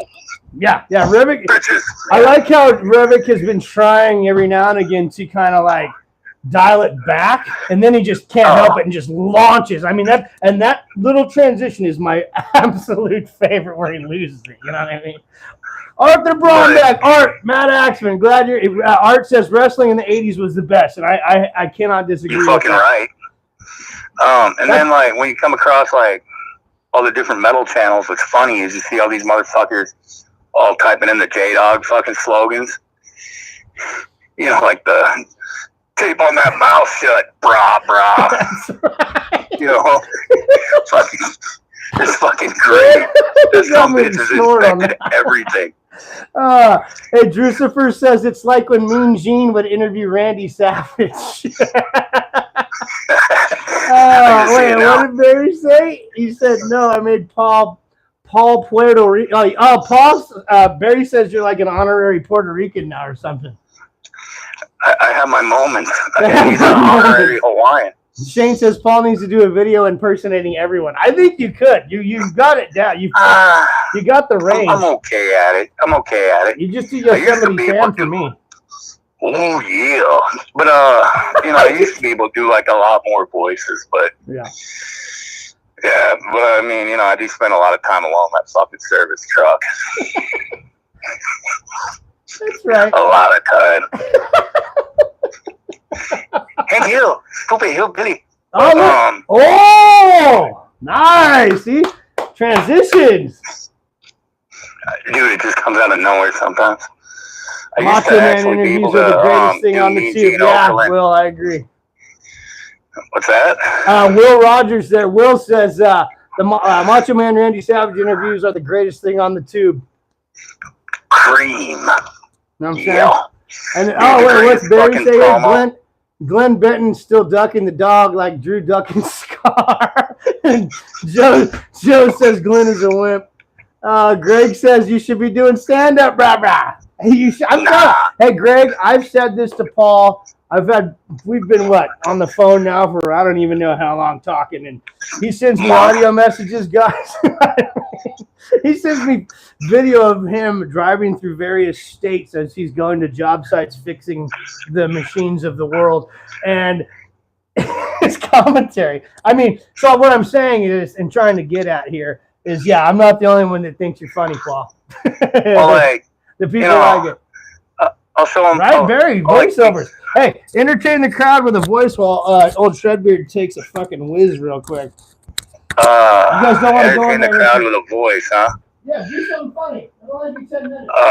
Man, I can't be funny on the spot. You know, sitting there doing stuff like, well, in tonight's news, there's been 3 murders in Texas, all caused by a cat hopped up on catnip. I don't know. I don't even know where the fuck that came from. Jesus. I could actually see some shit. You know, I could probably say something funnier, but I don't know. Oh, yeah. Fucking, I'm bombing now. So, like, Anybody out there like finger tickling their chocolate starfish? I hope not. Except Dinkins. I can see Dinkins probably doing that right now. Maybe Mike Viley. I don't even know what you're saying, but I'm I don't even know what I'm saying. I can barely hear it. The bathroom's on the other side of this wall, guys. And obviously, I'm pretty sure I was bombing the whole time. I was having a hard time peeing. I was having, you know what I'm saying? Like, yeah, this guy's got to get a little sexier so I can get this thing going here. Oh, well, if you want that, then Just maybe. kidding, folks. That was a joke. Maybe something more like, fuck, I forgot it. I'm sorry. It's okay. Don't be sorry. We're just rolling here. Keeping it real around here in the lair. We're just fucking around, having a heat wave Tuesday, just hanging out, man. That's all. You know. Yeah, but I'm enjoying a beautiful 72 fucking degrees. I cannot believe that, dude. I mean, I'm proud and happy. Oh, I don't know why I'm proud. Clear fucking skies. Oh. When last night we had a tornado. Oh, yeah, you guys. Paul had a tornado. Yeah. How close was that to your house? Probably like 6 miles or so. It wasn't coming in the direction of my house, which is good. That's always good when the tornado's not coming to your house. Yeah. So calm. Yeah, it supposedly went by one of my coworkers' houses, but he said he didn't notice anything. Too wasted, huh? No, his wife woke Just him up. kidding. I don't know his coworker. No, 72, not 17, Drusifer. 72. A few months ago, it was 17 or 17 below, probably. Fuck. Yeah, he said 70. There were a few days that were like minus 40. My truck wouldn't start. And I remember you got to stay home. Well, you didn't get to stay home from work, but you couldn't go to work because you sent me a picture of the F-550 looking like a fucking glacier in your driveway. Oh, dude, that thing, that motherfucker, it started, and then it would die. And I'm like, you know what? I'm not even going to fight. You can't fight Mother Nature. No, not with that beast. When your oil would dry, even as hot as that oil is, as soon as it leaves the engine interior, it's going to start getting coagulated, you know? Well, it's not so much the oil, even though, like, a lot of times the reason why your vehicle won't start in the extreme cold is because have you ever tried to stir fucking cold maple syrup with a fucking spork from like KFC? I mean, I don't know how many people would have done that, but yeah, I understand the analogy. Yeah. I mean, I've never tried it myself, but that's just, an example of that thick liquid and plastic shit. Right. And that's what your engine does in the wintertime because it's cold, so the oil gets all extra thick. Right. And then sometimes it gives you the false thought that maybe you got a fucking low battery. Because it's got a slow crank due to the fact that the oil's extra thick from being like minus fucking 20 or minus 40. Siberian fucking weather. And then what the other thing that happens is after your engine heats up and your fuel tank heats up and shit and your fucking fuel starts flowing, you get condensation. And a condensation doesn't just form on the outside of the fuel system, it forms on the inside.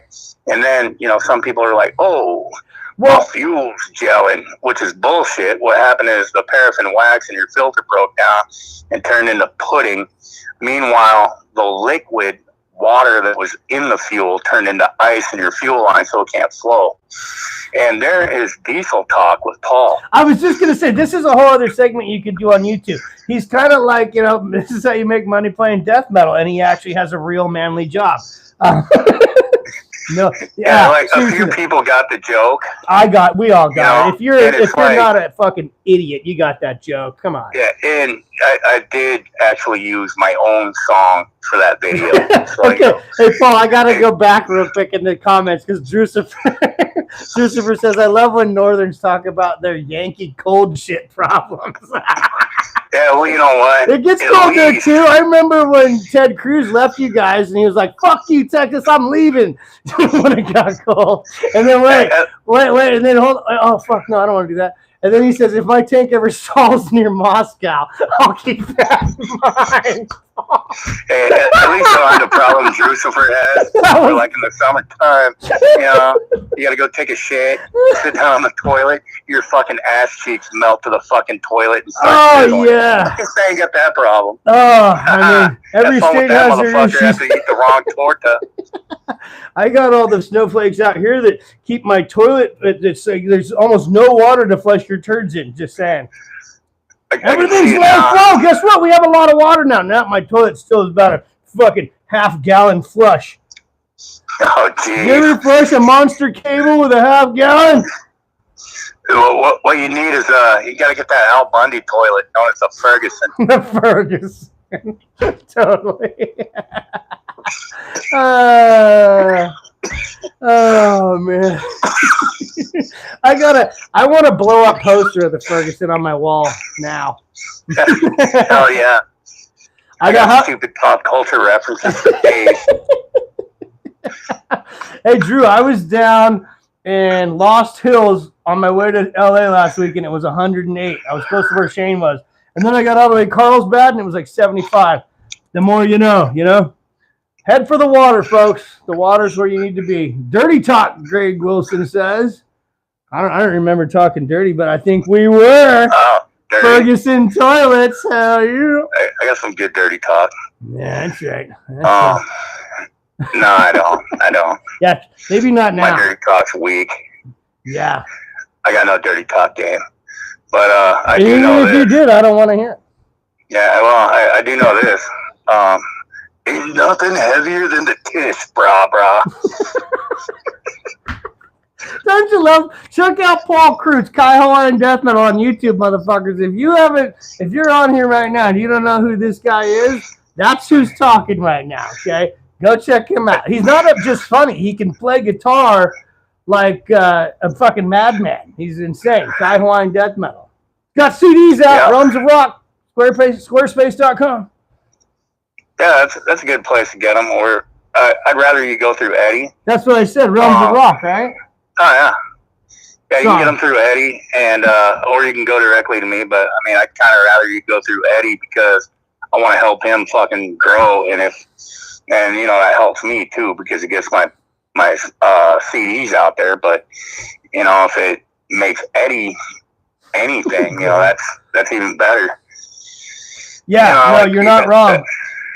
Yeah, I mean, you know, if you go through Eddie, 2 people benefit. If you go through me, only 1 guy benefits. That's why, you know. Unless that counts the guy you're jerking off. What's that? Nothing. I didn't say anything. Hey. I was being a smart ass. I probably shouldn't have said that. It's a good thing I'm not planning on monetizing. Oh, you know. From what I understand about monetizing, you got to be careful about every stupid thing you fucking say. I know. And look at my face. That's alone. That is like unmonetized. It's like, hey, that's rough. We ain't all pretty like Barry. And then I know Barry is fucking. He's the hottest YouTuber in our group, I think. Besides him and like Mike Violate. Him and Mike Violate. They're right there, neck and neck. You know what I mean? Barry's a little more fierce, a little more wise. You know what I mean? I don't know where we're going with this, folks. Barry's extra sassy. He does look a little sassy. Like he'd give you a little sassafras, but like, you know, still come and get Mike Violate brings that unhinged sexy. Mike is like a crazy chick. You know what I'm saying? And they're always fun. 1 or 2 times. Oh yeah. Like I've actually the talked to him a couple times that had nothing to do with that. No, I don't want to ruin the Mike Violate. Drucifer says, I've always thought of Barry as the David Hasselhoff. David Hasselhoff of YouTube metal. Totally, bro. Totally. And Barry is the Hoff of YouTube metal. And his car talks like Kit, too. And he's just, he's the Hoff. He's the Hoff of metal. Don't hassle the Hoff of metal, bruh. Dude, if you're the Hoff of metal, don't go there. I mean, is there anything fucking better? No. Good. I mean, it's better than being the Al Bundy of metal. It's better than being the Nickelback of anything. Don't ever swear at me like that. I know. I'm sorry. I said the N-word. How dare you curse? I said like Nickelback. That's the N-word I'm referring to. Nickelback. You guys get it. I'll tell you what. I would rather walk around dressed like a lady than listen to Nickelback. That's true. Me too. Yeah, I would rather dress like a lady than listen to Nickelback. Yeah. I'd rather be a fucking hillbilly from Kentucky. True. Than listen to Nickelback. Toothless and just full of meth. And just playing a jug. Playing a jug, but drinking out of it at the same time. And, but also spitting at it. Drew. I'm in Nickelback. I'm Nickelback purgatory. Fucking goddamn Nickelback got me, Paul. You know what? We've Definitely given them way too much airtime. What? Way too much airtime. Way too much on Nickelback. Yeah, I know. Why did I say it again? My bad, folks. I don't know. Hey, the bass journey. What's up, brother? Thanks for coming up. Sorry, Paul. Instead, you got to say something like Iron Casket fucking rules. Iron Casket is the fucking shit. Go check out the fucking split. Is. Check out Drucifer. Is sandbags, motherfucker. That's right. Check out Iron Casket. Here's the 3-way split that I bought on cassette there. Everyone go check that. You can get that on Bandcamp, I think, now, right, Drew? Hell yeah. And my favorite song, Drew knows it. Everyone knows it if you know me. Thermonuclear Armageddon. That song rips. You know. I haven't heard a bad Iron Casket song yet. No. You actually just. I haven't actually heard one that, there's a couple I prefer over others, but I haven't heard one that, if it comes on when I listen to it, there's nothing skippable. You're right. Let it play. Yeah, you can listen to the whole album. I fully agree with that, dude. Totally, Drew. I was listening to it on YouTube while I was fucking turning wrenches. I had it blaring out of the fucking service truck, and a few people were a little bit offended.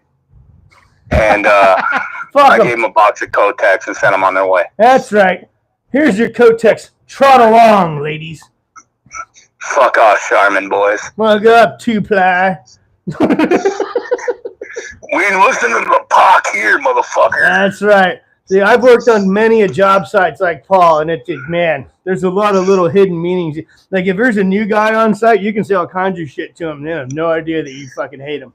Oh, it's great. Yeah. Like, I have them come up to me all the time. They're like, hey, man, on this forklift, and I'm like, go fuck yourself.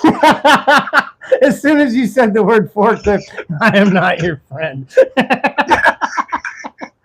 Come on, man. You got to know the equipment you're operating, people. Otherwise, what the fuck are we doing? You know what I'm saying? I'm going to give everybody a Spanish lesson real quick. Ooh, Paul's good at this. So if you're looking for a forklift on a construction site, and you try to be a jackass and Google forklift, it'll come back, la carretilla elevadora, which means a fucking wheelbarrow that elevates. Like, literally. Or if you talk to some Mexican guys from certain areas, they'll tell you montacarga, which is fucking another term for a burro or a donkey. So what you do is you learn the bare minimum of Spanish that you need to communicate, you know. Job site Spanish, like, yeah. I'm fluent. ¿Dónde está forklift amarillo way? Because our forklifts are yellow. So, you know, you just ask them where the yellow forklift is, and they're like, está aquí. And then they talk to you in Spanish, and you got to be like, no hablo español. Solo hablo inglés. Solo hablo way. And then they confuse them because you're saying way, which is a slang that Mexican guys use. And then next thing you know, they fucking think you really know Spanish. And then you're like, no, I don't. No, you start going way on everything. You put way on the end of everything. Now you're extra cool. Yeah, you're kind of cool. But, you know, sometimes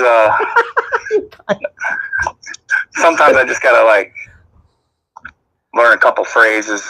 You know, like when I get done fixing something, like, está listo, güey. And they're like, está bien, güey. Then they're like, okay. And I'm like, por ahora. You know, it's ready for now. Yeah. And, yeah, it's fun. Construction site shit's fun. I love construction sites. I always have. Always will. If you're trying to find a telescopic forklift on a job site, you got to just say forklift. Just say forklift. Yeah, there's no true direct translation. There's no in any language. Just say forklift, even if it's a 100-foot boom. You're good to go. Dude, one time a guy dumped diesel fuel in the hydraulic tank. Oh! They didn't run it, so all I had to do was drain the tank.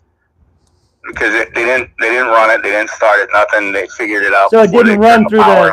Yeah, it didn't run through the. And it was on a JLG aerial lift. And I'm familiar with JLGs, yeah.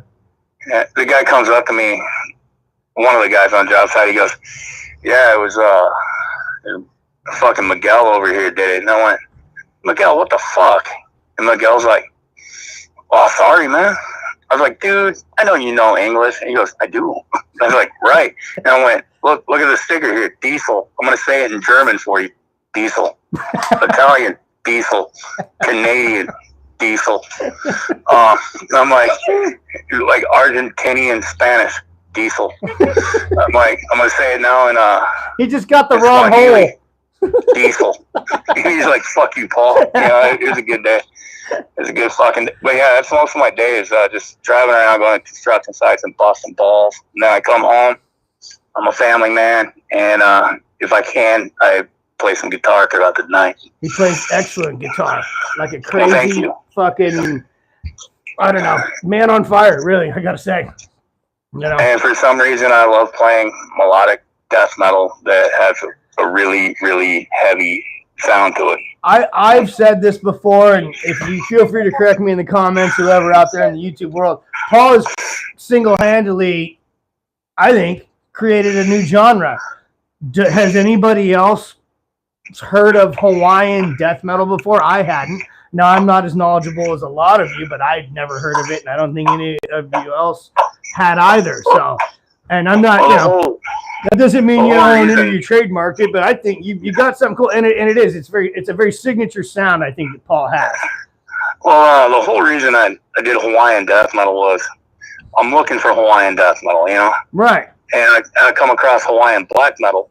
So there's a couple black metal bands that are like myself, you know, one-man projects. And it seems like we're all displaced Hawaiians. Like there's one, I think, in Oregon or Washington. One guy from California. And one's called Kukaili Moku, and the other one's Haleiwa. Those are the only two that pop in my mind. But, I mean, they're pretty good, but, like, I'm not really a huge black metal guy. No, but, I mean, they got some good shit. But I couldn't find, you know, Hawaiian death metal where they use, like, Hawaiian themes. But I found Hawaiian death metal bands, meaning, like, you know, a Texas death metal band or, like, a New York death metal band. Right, but not in the same... Nothing. Not sitting there talking about like Hawaiian culture or Hawaiian history or Hawaiian fucking mythology. They're just. And I'm like, what the fuck? I mean, you know, the Vikings really got it going on. These motherfuckers. Hey, Paul. You got Viking death metal coming out the ass, but you don't have fucking. And then you got Native American death metal or black metal. Right. I'm like, fucking. I need some Hawaiian death metal. So that's how it started. And Hawaiian also, death metal was born. Hey, Drucifer says, is it as heavy as Mike Violate's Hawaiian stuff? Nothing is as heavy as anything Mike Violate does. Mike Violate is what we should all strive to be. I want to be Mike Violate so bad. I do. I want to be that cool. when J-Dog says, what's heavier than Pantera? Mike Violate. Yeah, he is, Mike. If he goes, I know you're not watching, dude. Nothing heavier than the Tish. Fucking Mike Violate. Mike Violate is heavier than the Tish. If you hear that, everyone? I back that up fully. If you have not seen Mike Violate doing his version of Hawaiian death metal, go to Mike Violate's channel and watch him. He's got coconut bikini top. He's got. I mean, he invested money in this. He's got the grass shirt. Dude. He's got tattoos, the like Polynesian tattoos and shit. Dude, he's wearing a fucking Huaka'i pole shirt. He has fucking hilarious. I'm not going to repeat that because Paul said it so well. I'm not going to even butcher that. Yeah. He's got he even does the little shimmy. He's got the little. I don't have the hips for it. Anybody that wants to be offended on behalf of us Hawaiians because of Mike Violate making a fucking joke, you can fuck off. Because, I mean, we can get offended on our own. And I did not get offended. So, you know, fuck off, eat some spam, have a good day. That's right. It's I mean, you know, like we've lost our sense of humor, it seems, in a lot of ways. Oh, bro, not everybody, but, you know, there's a lot of people who lost their sense of humor. Yeah, like taking everything way too fucking seriously. Like I show up on like a Joaba chat, which, you know, jamming out all badass kicks ass. Same with El Necron. So I show up in there, and Drucifer's hanging on there. He's like, oh, fuck. Who left the door open? A Hawaiian got in. I'm fucking laughing. I'm fucking dying. It's fucking great. Me too right now. You know, that's how I look at it. It's fucking hilarious. It's just a fucking goddamn joke, man. Exactly. You know, and it's just words, like, people. But, you know, I did a whole rant about that on Vincent Crowley. I watched that, and you're not wrong. People get offended about the dumbest shit now. Yeah, but what's worse is they get offended on your behalf. For no reason, and they have no idea. Yeah, you're not even offended. You're laughing, and they're like, oh, my God, that guy made a hula joke. Yeah, who fucking cares? You got some chick I make fucking hula jokes, you got some chick in Berkeley fucking in her little apartment working from home with her mask on inside her apartment alone, going, with her fucking dreadlocks. Yeah, with her fucking dreadlocks, completely, you know what I'm saying, right? And all taking up the fight for you, you know? It's like, Mike, did you see Mike's post the other day where he was at the gas station and there was like these people protesting, except there's just like 2 people there, and it was just like, come on, man, get a job. You know, I mean, I agree with the right to peaceable assembly and protest and fucking all that shit. You know, do it, but don't burn down my fucking city when you do it. That's right. You burn down my city, it's gonna be ba ba ba. Oop! I didn't mean to do that. Well, you know, you try it here. It's been raining a lot lately, so it might not work so well. We're pretty wet. I mean, we got like, I think 5 inches of rain in the last 24 hours. Oh, you have, for real though. Yeah. Yeah. So it's not gonna work so well. No. But it's supposed to rain again on Thursday. But, you know, we're doing Willard Scott weather again, like me and Dinkins did. Right now, it is a beautiful 72 degrees Fahrenheit, like in Nebraska. The humidity is quite low. We don't need to worry about dew points and fucking percentages or anything like that. Due to the fact that it just feels fucking nice. If there was any ladies listening, they all just slipped off their chair listening to Paul's amazing voice. They're all on their floor. Oh, look, I just lost you. That was probably the 2 ladies, Paul. They had to go rub one out. It happens. I actually have done one voiceover, and that was for a Go to Menace video. Oh, I remember that one. That was awesome. Yeah, fucking Dead World. Dead World. Paul did the intro. It was the intro, right? Yeah, it was the intro for the new video of Dead World. That was fun. I did like 2 little recordings for that, and I picked one.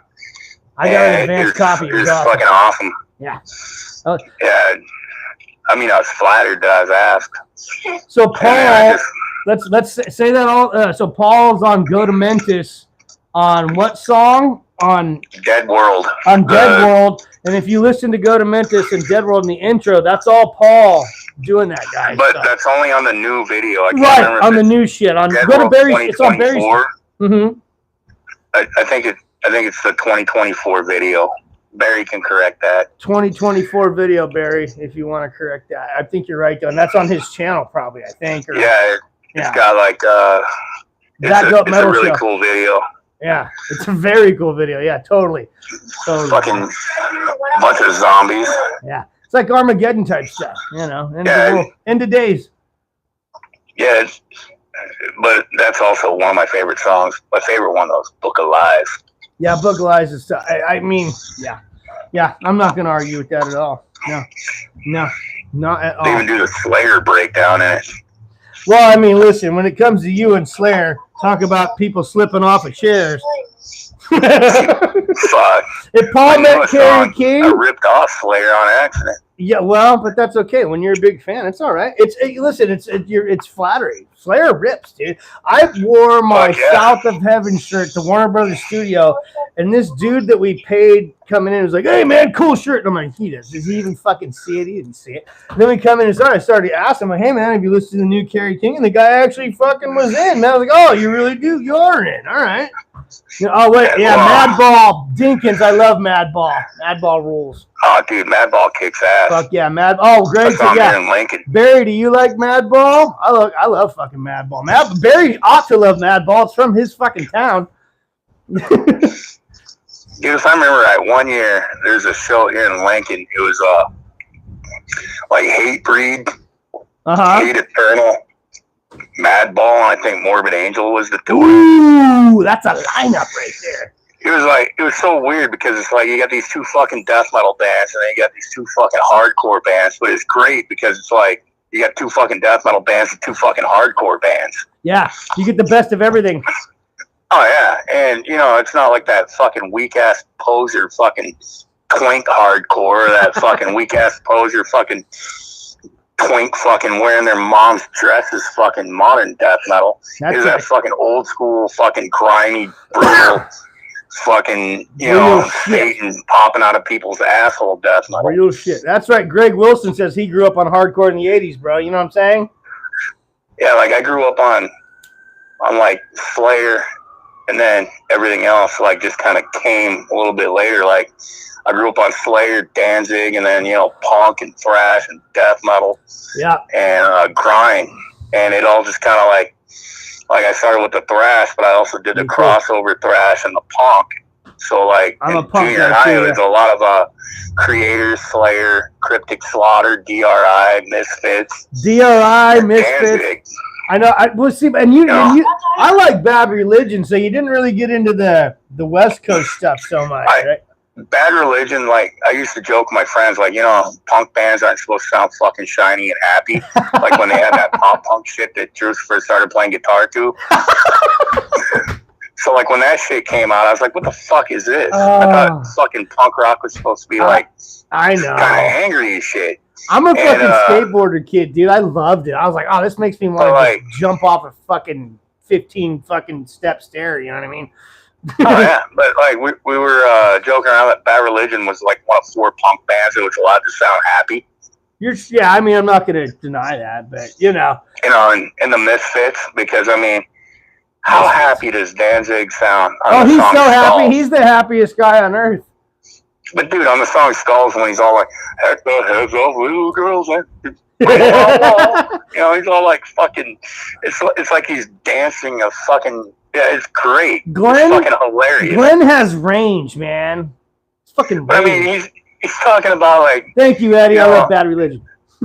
Hacking the fucking heads off fucking little girls, and he sounds like he's fucking singing about like, meeting your fucking soulmate. True. Yeah, this is true. Well, I mean, Glenn can put heart into songs and he can be evil. It depends on his mood. Dude, Astro Zombies is like one of the happiest sounding fucking songs I've ever heard in my fucking life.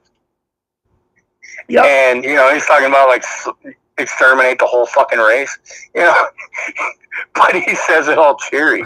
So like, exterminate the whole fucking race, and it's like, you're not wrong, bro. It's fucking hilarious. It's a badass song. It is. Well, that's why I appreciate, even when Danzig got punched in the face, you know what I'm saying? We all know. It's like, I never disrespected him even with that. You know what I'm saying? Oh, what do we got? We got some country in here. I like Hank Williams and Merle Haggard. Skate or die, Salt Peter says. That's right. Fuck yeah. But also like when Danzig got punched in the face, what was he, in his fucking 50s? He got sucker punched too, by the way. I mean, regardless. I agree, Deacons. I agree. In the face. Dude's like almost 70. Yeah, and he's a kind of a little dude in all reality. You know what I'm saying? Yeah, he's like 4'3". I'm 5'8", and I feel like I got a foot on the guy. Dude, fucking Danzig has to sit in a fucking booster chair to ride in a car. Yeah, but he's still awesome. Dashboard. He could ride in a booster chair in my truck. He's awesome. Dude, I got no hate for Danzig. I like talking shit. But I mean, what Saul Peterson's Ass Jack was killer. Yeah, Ass Jack wasn't really my thing. I did see Hank 3 perform at a country bar here in Lincoln. Oh, no shit? It was fucking hilarious. He did 3 sets that night. The first set was he was playing Hank Sr. songs, so there's like all these old people country dancing to Hank Sr. And I'm sitting there looking at my friend going, the fuck, dude? And he goes, just wait, man. I'm like, all right, whatever. And then he goes through and starts playing his country songs. And, of course, all the old people are like, well, I'd never, pearl clutching, grabbing their bolo ties and cowboy hats and running away. And then the third set was metal. Yeah. And I swear the fiddle player was playing like fucking Norwegian-style black metal on a fucking violin. That's it was fucking hilarious. Oh, dude, I'm in. Well, man, I could talk to you all night, Paul. You know that. Yeah, and I ramble. Oh, you ramble. You and I both ramble. We're ramble on. And my favorite channel for rambling is Fire Breathing Motherfucker. FBMF. That guy cracks me up. Oh, wait, is Barry leaving now? Oh, Barry's going to bed. I was just going to have him on. Well, Barry's going to bed. You want to stay on? Yeah, I can stay on a little bit longer. Yeah. I mean, I would like to go spoon with Barry. Hey, Barry, Paul wants to come to New York and spoon with you. He can even be the big spoon. If you want to call in, Barry, you can call in now. I know it's late, but I'm not going to make you call in now. But we're going to do more of these. This was kind of a thing I decided to do this morning anyways. You know. I love you, Joe Jenkins. I know. What's Joe saying? He's just laughing. Good night, Barry. Get some sleep there, brother. The Goat Lord needs to sleep. Barry. We need Gary. We need Barry at his optimal performance. You know what I'm saying? So, you know, he's cranking. Don't worry, I'll do Barry impressions. Oh, let's see. Oh, yeah. What do we got? No, I'm kidding. I won't do that. Yeah, I know. That's kind of. I've never even heard you do one. So. My Barry impression actually sucks. Yeah, let's see. I got to work on that. You know, yeah. We got some bochinche. Metal bochinche. That's just a word that I can. I love that word. The two Ka'ai guitar players started fist fighting. That Ka'ai guy. Yeah. While the Ka'ai drum machine and the Ka'ai bass player sat back just watching. Because my personalities are fucked up. Eddie's off to work soon. Have a good day at work, Eddie. Have a good one, man. Thanks for coming by, Eddie. Have a good day, Eddie. Have a good night day, Eddie. I know, right? Like you're the guy who's pushing it all day into the evening, and then these other guys are getting up at midnight and starting their days, and Shane's ending his day. And I work construction, you know, not as much as I used to, but you know, fucking. I keep her during the day. Yeah, like I start my day normally between 5 and 5:30 a.m. and I go till about, you know, that's when I wake up. I start work normally around 7, go a lot of times till about 5:30, unless I got to drive like 4 fucking hours just to get to a job site to work. You have to work for a half hour. Sometimes. Oh man, I drove one time fucking 3.5 hours for a fuel cap. I remember a fuel cap, ladies and gentlemen. Getting paid to drive that far to put a fuel cap on. I mean, what the fuck? Dude, my longest one ever was I went from Lincoln to Scottsbluff, Nebraska. And that is basically the Wyoming border. Oh. And I'm like, you know, about 50 miles from the Iowa border. Okay. So according to Google, it was like a 6-hour and 15-minute drive. I think I did it in 5:45 with 2 stops of fuel and 2 pee breaks. That's right. And I was there for 45 minutes. Then I turned around and drove back to Lincoln. Ain't that about a bitch? You know what I'm saying? And another time I did it, I had to stop and stay overnight in the wonderful, thriving metropolis of Lexington, Nebraska. Ooh, Lexington sounds amazing, yes. No. And I knew that was coming. It's the opposite of cool. It's the opposite of cool? Is it lot lizard heaven? No, it's not that cool. It's not that cool. Because I had to go to the thriving metropolis of Arapahoe, Nebraska the next morning. And that would have meant driving like 2.5 more hours back to Lincoln, then wake up early as shit, drive 2.5 hours back west. So I spent the only time I had to stay overnight for my job in 11 years. Damn, not bad, brah. Not bad at all. That's shit. I missed a Judas Priest concert years ago because of a job. God damn it, had to stay late. I'll never do that. Once I almost got in trouble in the Army because I went to a Slayer show. You cannot get in trouble. The Army has to understand that Slayer must be seen. Come on, Army. What the fuck? I was like, motherfucker, because I had gone through all the appropriate channels to have the night off, and the guy that was supposed to cover for me could not cover for me for, I think he was like legitimately ill. Oh, okay. And I was Fair like, enough. And I looked at my fucking squad leader and I was like, dude, motherfucker, I bought these tickets already. I'm fucking going. You can get somebody else. Then he threatened me with the A word, and I'm like, fuck. And then like last minute he came through. Well, good. But like, yeah, he was like, you covered for me once, boy. Oh, like and that, like, huh? right. Like that, huh? Yeah, I feel. Yeah, like, I mean, all I do is miss like the opening band, which is all right. Yeah, well, considering, you're lucky you left out there. You got to go, man. You know what I'm saying? Oh yeah. Yeah, that's But that was the only time I had tickets to Slayer and almost missed out. So how many? You okay? Since we have Paul on the line here, still, guys, you met Kerry King before, right? I met him one time. It wasn't even 5 minutes. I was working security at a Ozfest down in Kansas City. Okay. And a friend of mine hooked me up with a job. And he's like, hey, you want to go to Ozfest? I'm like, fuck no, I don't want to go to fucking Ozfest. He's like, but Slayer's playing. I'm like, I know Slayer's playing, but I'm not going to go sit through some fucking garbage shit like Taproot just to see fucking Slayer. And, he's all laughing.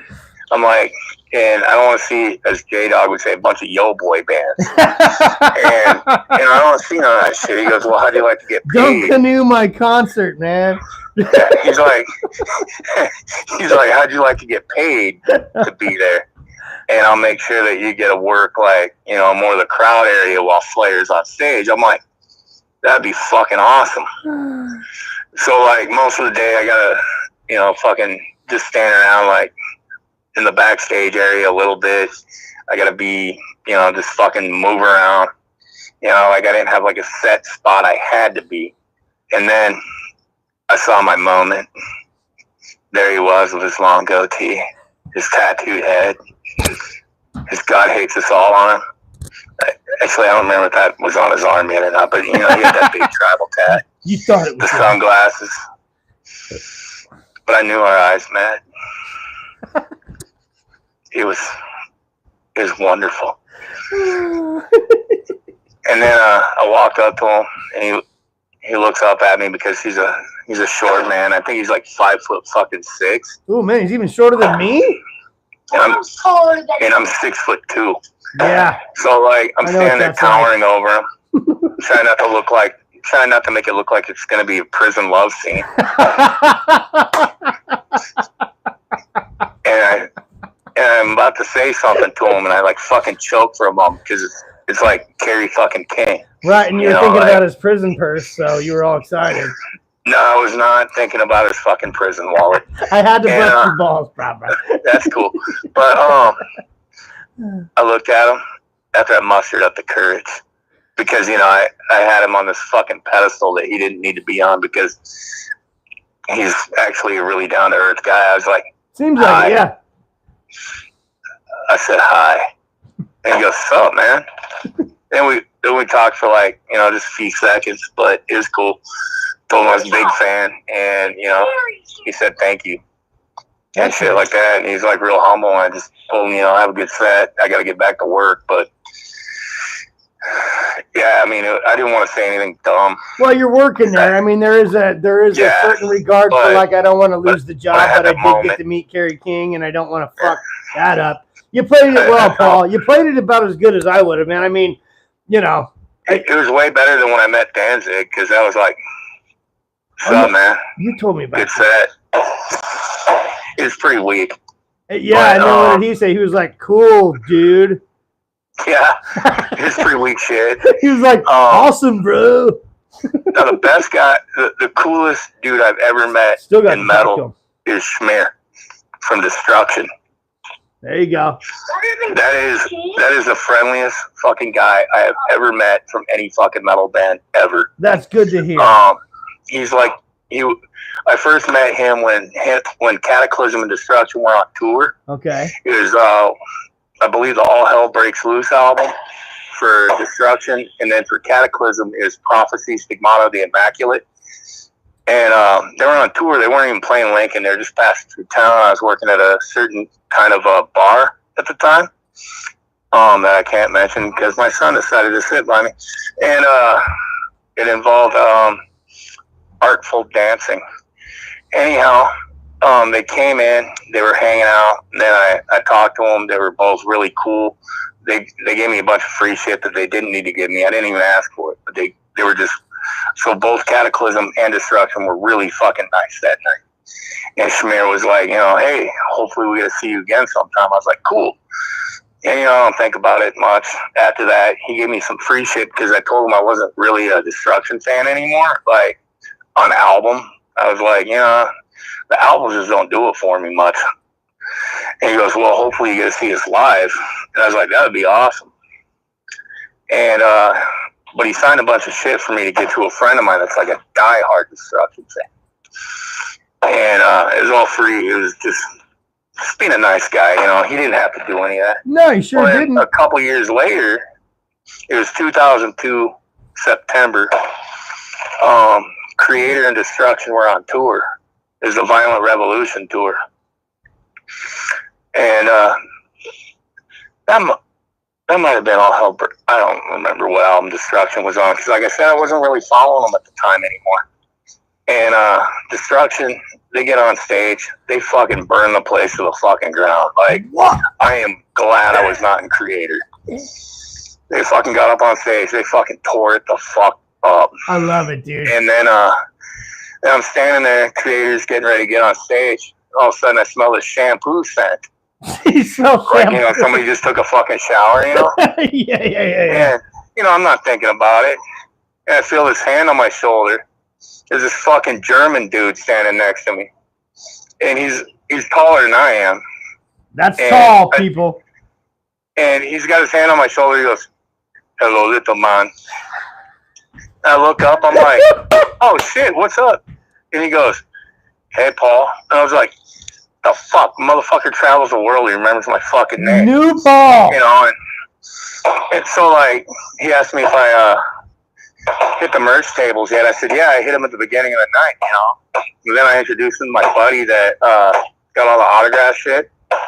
That guy probably had an explosion in his shorts when he got to meet him. But, like, he was just super friendly. Yeah. And, he gave us, like, some free shit. And, he was just, like, really glad that we were there. And, it was cool. It was, like, one of my favorite experiences at a show, meeting somebody in one of the bands playing. And, then 5 years later, it's 2007, January, Destruction's on tour again. And they come through Omaha again. So I go up there. It's like 50-some miles from where I live. No big deal, And, the wonderful woman that's now my wife had never been to a metal show. So her first metal show is Destruction. So I take her up there. She gets to meet the guys from the band Diabolic Possession because they're all huge Destruction fans. And we go walking in. I go walking up to the merch table. I'm like, I like to get my shit, before everything starts, get it out to the car. So that way it doesn't get all fucked up or I'm not out of money at the end of the night. So I'm about to buy my shit, and all of a sudden I feel this fucking hand on my shoulder. Hello, little man. Same. I'm like, just put shit into perspective. At the time, I was like, I'm 6'2", and I was like 230 pounds in shape. And this fucking tall-ass fucking German guy's calling me a little man. And he tells the merch lady, he goes, his money is not okay. His money's not okay. Yeah, his money's no good. His money's fake. So we'll just give him some stuff. So, he gave me a couple shirts. a beanie because he like rubbed my bald head. He goes, "It's cold outside. You rubbed your bald head. You need a beanie." And I'm like, "You're probably right." And I got my money. He's like, "No money." And then, you know, I start talking to Marcus, which was their drummer at the time. And, you know, he was like fucking a nut job, man. That guy was like one of the funniest motherfuckers I met. And he asked me for my number. I'm like, yeah, whatever. So I gave him my number. Well, like my wife, well, at the time, girlfriend, whatever you want to call it, you know, because I was 31. Yeah, she wasn't your wife. Yeah, let's get that straight. But, well, you know, like when you're 30 and the woman you're dating is 26, is it really your girlfriend? I mean, you know, they're women now. Yes.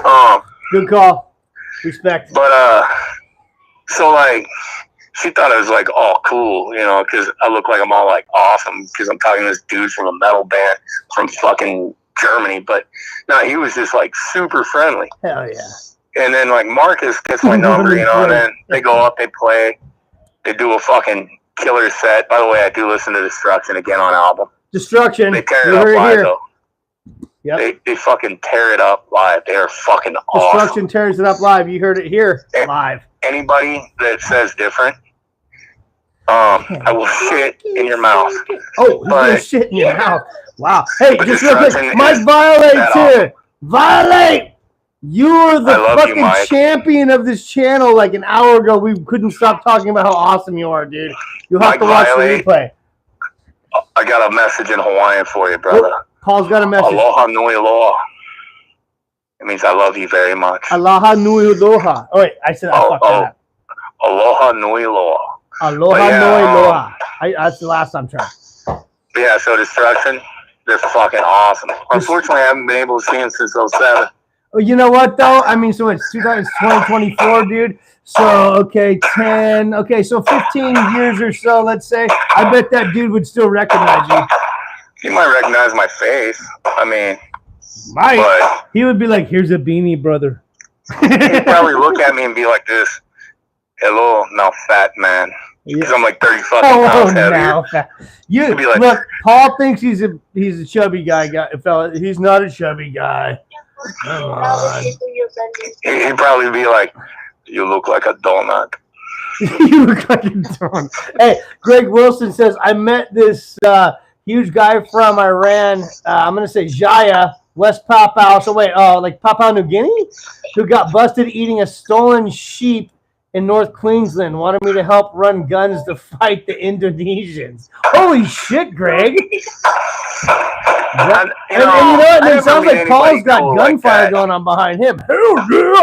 That's because, like, you know, in Lincoln, it's America, and they're going to light their goddamn fireworks, I tell you what. That's right. You light them more for dude. Oakland, I lived in Oakland right across the bay from here for 7 years, and guess what? That's America, too. And I met these two bikers that painted our house, the house I was living in. I rented this studio apartment. It was a part of this house, right? These two bikers came and did a really bad paint job, but, you know, I love biker folk. Love you, biker folk. You are my people. I love you. Anyways, every year they came to my house around 4th of July after that and sold me fucking like bags and bags of fireworks, Paul. And over there in Oakland, we could do whatever we wanted to do. There was years, guys, where we saw tracer fire, like tracer bullet, like you know what I'm saying, Paul? You know what tracer fire is, right? Tracer round. Yeah, these dudes had tracer rounds. It's coated in white phosphorus, so that's right. And you can see the phosphorus light across it. That was about when we decided to go inside that year. But still, it was cool. But Oaktown, what's up? Anyways, yeah, it's a war zone over there. I haven't lived there in a long time. It's pretty fucked up over there now. But then it was cool. Don't know why I was going down that road, but yeah, America, yeah, Nebraska, you guys got real cool. See, you know what I had to buy, Brother Paul? I had to buy those at you guys have Target, right? Does everyone have Target? Of course we got Target. You people in Australia. What do you think we are, Louisiana? Well, some dipshits out here call it Target, and I just want to punch them in the face. Hey, anyways. We got Target and Walmart, motherfucker. We don't have Walmart. They don't have that. I follow. Yeah, I wish I had a Walmart close, but they don't. It's assholes out here. Anyways, I had to buy the Safe and Sane fireworks because those are so much fun. I don't know what that would even mean. Exactly, because you live in a fucking awesome state that, like, well, here's the thing. California, we do have a lot of wildfires and shit, so I get it. But when I'm lighting my awesome illegal fireworks, I'm not going to cause a fire. Oh, we got fires here, too. Yeah, you can have fires in Nebraska, too, fuckers. It's just, there's not as many canyons. Normally hippies. Hippie fires. Now, wait a minute. What kind of fire are we talking about? No, like we're just like hippies on fire. I knew you were going to say that. You know, kind of like them fucking weirdos from fucking Indiana. Yeah. they light hippies on fire. I mean, fucking when they're sitting there going, yeah, you ain't got no cold blow juice in there, do you? That's all right. I was going to fix these up right now. I know what you need. That's my Mike Violate Hill Jack impression. Oh, that was a Mike Violate. Paul did a good impression for you there, brah. Target is good to target hot women, Mike says. Yeah, you're not wrong, Mike. Yep, except I'm a married man and I don't target hot women anymore. I just target my wife with my... Never mind. Gotta stop that sentence right there. I'm the same way. I stopped it in time, didn't I, Paul? I think I did. I believe so. Thank you, brother. And being a bigger dude, hard to maintain. I don't know what Mike's talking about. That was a few comments ago. I'm sorry, people. Okay, here's what Mike says. He says hippies only has a sick face. Yeah. Hey, you'd hate it out here then, bro.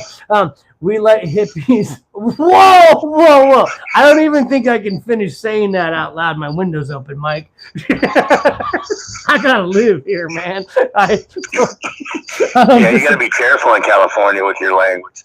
I mean, see, in Nebraska, I can say shit like, yeah, when we get bored and we go out there in the cornfields, and we crucify hippies.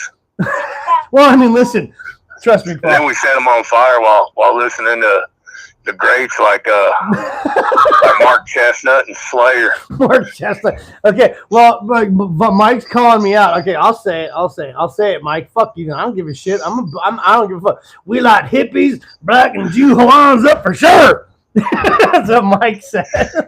Hey, once a week, my neighborhood chases me. Once a week, Paul said. They call it the Lincoln Triathlon or something, right? Is that what they call it? Well, and then they chase my neighbors across the street. I mean, yeah. Everyone gets chased. It's like the fucking the purge, man. You know. Here's a funny story. I said it, Mike. So, give me credit. Until the 90s, in the town of Pawnee City, Nebraska, which was one time home to redneck comedian Larry the Cable Guy, they had a law in their books where a black person could not spend the night in Pawnee City, Nebraska, or they could be subject to lynching the next day. What the fuck? They had a black family living there when that law was still there. I was going to say, come on, man. They didn't enforce that law, nor did they enforce the law where you had to fire a 12-gauge shotgun into the air as you approach an intersection. Yeah, base journey. Dumb shit. Yeah. Come on, people. Yeah, stupid fucking laws. Yeah, it's stupid laws that people keep. They're draconian. You know what I'm saying? Well, I think it's still legal. Nobody does it, but I think it's still legal to do a cattle drive down O Street in Lincoln, Nebraska, which is the main street. I mean, I'd be kind of pumped if I saw that. On Sundays. Oh, but only Sundays. Yeah. And that is the longest stretch of straight, unwinding. Like, there's no winds in the road or anything. Oh, is that why they do it? Highway 34 in Nebraska from Lincoln to, I believe, the Iowa border. It's literally a straight line. Okay, you know, you've mentioned that in your GPS videos before, or not GPS video, but just explaining to me what your GPS looks like. I experienced that recently on I-5 going to Southern California, where the GPS was just miles of straight line in 108-degree heat. I didn't mind it. I mean, I'm from here, so I was like, oh, this is new, except it's not. It's just desert, you know. Well, I'm more familiar with I-5 through Oregon and Washington. Same shit. Well, but up there you get a little. But even in Washington, they got desert up there too, man. You know what I mean? Oh, yeah. It's just high desert. You gotta be east of the Cascades to get Texas looking. Thank you, Ja. Hey, I got Ja Rule in here. Ja Rule's in here. He said that. Yo. Sorry, Paul. Hey, Paul, I gotta take a piss again. Can you entertain the crowd, or do you gotta go? I got a few more minutes. I don't. Does the crowd have a subject they want to hear about? Hey, crowd, people in the comments. We got Paul on here. Mike Violate's here. Dinkins, you're still here. We got Ja Rule, Bass Journey. Anybody want to hear Paul do anything cool? He's a really fun guy. But Mike says, dude, there's a town called, outside 20 minutes from me, they had the Cooch Coffee Cup Restaurant on Main Highway. On the roof was 3 big Ks. They just took it down to, oh, yeah, that's not cool. Jesus Christ. Three of my initials in a row are Ks.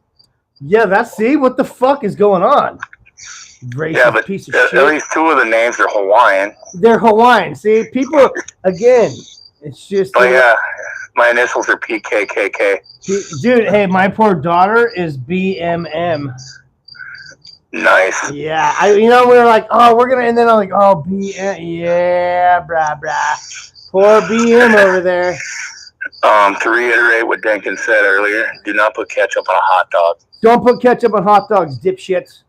Oh, man, I'm down to 4 people watching. We lost the whole crowd there. Hey, I'm going to go pee real quick. I can hear the crickets in Nebraska. They sound amazing.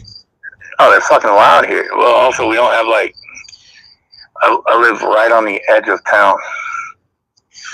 When I look out over the fence of my backyard, I commune with he who walks between the roads.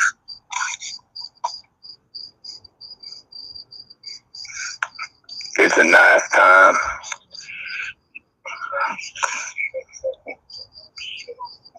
Oh shit, somebody's trying to call my ass. But I can't answer because I'm on this goddamn thing right now.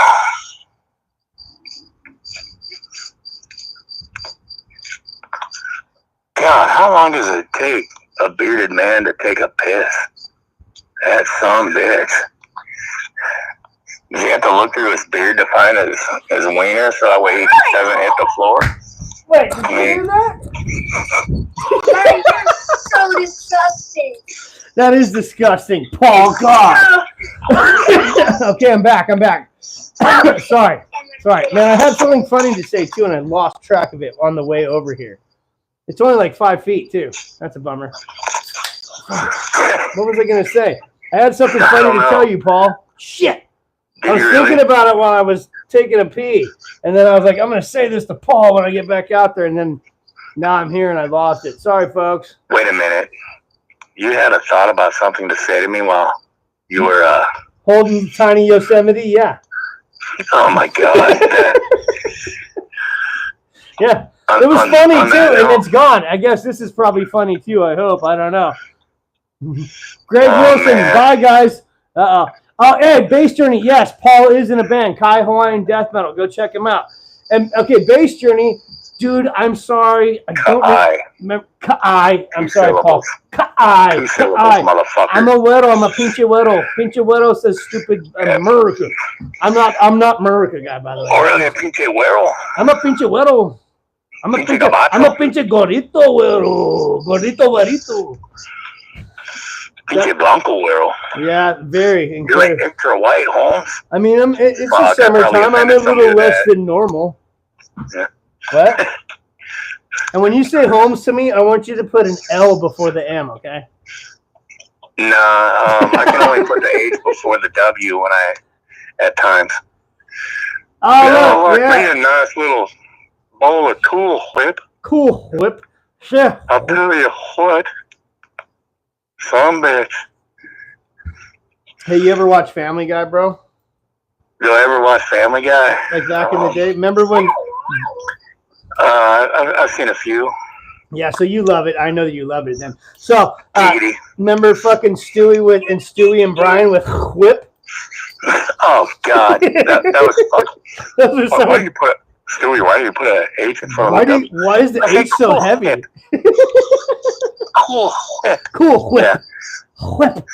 But, well, here's the deal, though, bro. But people like my grandpa was born in Wyoming, lived in Salinas, and then kind of had his whole life here in California, right? It's all pretty much, okay.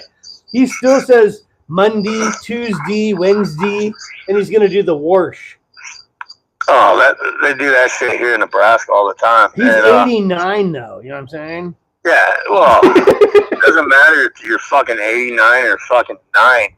Cool. Nebraska. Yeah. We have They the turn it fucking cool town of with, like, Norfolk. LA. You know, like we got Norfolk, Nebraska, and that's how I say it. You know, on like the fucking East Coast, you know, they're like Norfolk. Norfolk, yeah. I say the fucking people Norfolk. here, yeah, that's what I say is Norfolk. Yeah, but like the people L's here, there. The L like, is there. It's in there. I can see it. But they go, so where are you headed today? I'm going Norfolk. And they're like, oh, you're going to Norfolk? You're like, what the fuck are you talking like, there's about? one fucking R. There's no R in there. What are you, fucking Australian? There's one R. Yeah. Like Australians' L's are R's, I thought. Right? No, it's, I shouldn't say. Yeah, I shouldn't say either. I went the wrong way. Fucking idiot. I didn't mean that. I love everyone. You know that. Fucking. Yeah, do you need to go, bro? Hillbilly. No, I like it. We're on a roll. Shit. What were we saying? I don't know. No. Okay. So here's what I was gonna say, everybody. And Paul, you could. So we all had COVID, lockdown, and all that. And I remember at home with my daughter, I had to kind of pretty much help teach her first grade, right? And so, you know, like we were just talking about spelling, right? And like when you see a word, you know, you want to enunciate the letters in that word, right? Correct. Like the L's and the H's that are silent and stuff. Okay, well, but like when you're teaching kids, right, it's all like it's phonetic, right? So phonetic, if we just said fuck it and started using phonetic spelling, people would learn a lot easier, I think. Our words would look a lot different than they are right now because like the vowels and shit are all fucked up, you know what I mean? And verbs and adjectives. But still, phonetic spelling is much easier to teach a child. I learned that during COVID. Fuck yeah! You know what I learned during COVID? Patience. I look like a criminal when I wear a mask. Oh, yeah. Well, I looked like that before COVID, but yeah. Then I looked extra criminally. Yeah. Yeah. You look like a big, giant criminal. Yeah, like I go walking into a gas station wearing a mask. They're like, all the money's in the register. You can have it. I'm like, oh, wait a minute. That's not what I mean. Something's telling me you wore like a handkerchief mask or something. No, I wore a legit one just because I didn't want to fucking, you know. I know, you don't want to catch any shit. I'm with you. No, it wasn't even that. It was just like, you know, I'm not here to cause problems. I'm just here to buy my fucking goods and services. Yeah, I just want to get in and get out. And, you know, cause the least amount of problems. I'm with you, brother. I mean, they're already mad at me because I'm wearing a fucking Venom in League with Satan shirt. So, I mean, you know, I don't need to add to it. I know. Don't you just love wearing metal shirts? Okay, let's okay, we can switch subjects real quick, and then we should probably we'll head out here in a second. I know it's getting late for you, bud, and I've gone a full half hour past what I told the old lady I would do. So, anyways, when you wear metal shirts, so like I took a bunch of metal shirts on vacation with me this recently, right, down to Legoland, and I went to Legoland, as you know, Knott's Berry Farm, and fucking Warner Brothers Studios, and I had so many different people. Either you could tell they were either really uncomfortable by my shirt, or like, hey, I want to go talk to this guy about a shirt. There was no middle ground whatsoever. Around here, it's not as shocking anymore as it used to be. So most of the time when I'm walking around wearing a fucking metal shirt, I just get the dude wearing a fucking Vital Remain shirt that I stole from Dinkin's closet. And yeah, that one looks a little worn out. Dawn of the Apocalypse, motherfucker. Great shirt, great album. But like hardly anybody bats an eye anymore at any of it. Doesn't matter if it's deicide. If I wore my Hobbs Angel of Death shirt, yeah, in public, they'd probably have a problem with that because it's got a bunch of angel torsos that are not having modesty. You mean they're well said, by the way. Well said, Paul. But absolutely well said. It's just like the waist up because like the bottom part was chopped off and they're like all hanging from chains, and then it's got a crucified Jesus with his head like on a different part of the shirt than his body. Yeah. And some now people if I don't wear like that into a fucking store, somebody might say something. But like I go walking around with Venom giant, you know, sigil of Baphomet on the front, and they're just like, oh. Yeah. That's good. That's good. I can get wear a Slayer shirt. Nobody cares. No, I had someone that was kind of nerdy like my Slayer shirt once, and I was kind of offended. No, if anybody ever said not nerdy, like not nerdy, I shouldn't shirt, say. Someone who I was like, I knew that I was like, then they like. I was like, oh, but you like it because you recognize it. You don't like it because you know it. You know what I'm saying? Yeah. Well, like when I wear a Slayer shirt, the only people who say anything are other Slayer fans. Usually, yes. Yeah, and they just fit the stereotypes. So I'll go walking in like the grocery store. It's a few miles from my house, and I'm wearing my Slayer shirt. And if anybody actually says anything, it's just some guy like, "Fuck yeah, Slayer," and then he just moves on.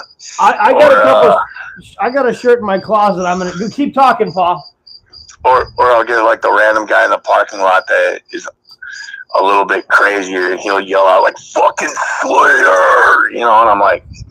I had a plumber in front of my kid's school roll his window down when I had my South of Heaven shirt on and just go full horns. Didn't even have to say anything. We just knew. You know what I'm saying? Oh, yeah. So here's a shirt. I put a Bathory shirt up on the camera right now. People get offended by that. It's got the chicken hooves and all that stuff. I know you're not big into Bathory, but I like them a little bit. You know what I mean? Nobody says anything when I wear my Morden red shirt out in public, and that's just evil as fuck. Yeah, I like to wear that one to like Safeway. You know what I'm saying? Yeah. Out here, it's like. I like to wear that to the grocery store. Same here. The gas station. Yeah. Church. Nice, Joe. I don't go to church. No, I mean, if anybody was listening.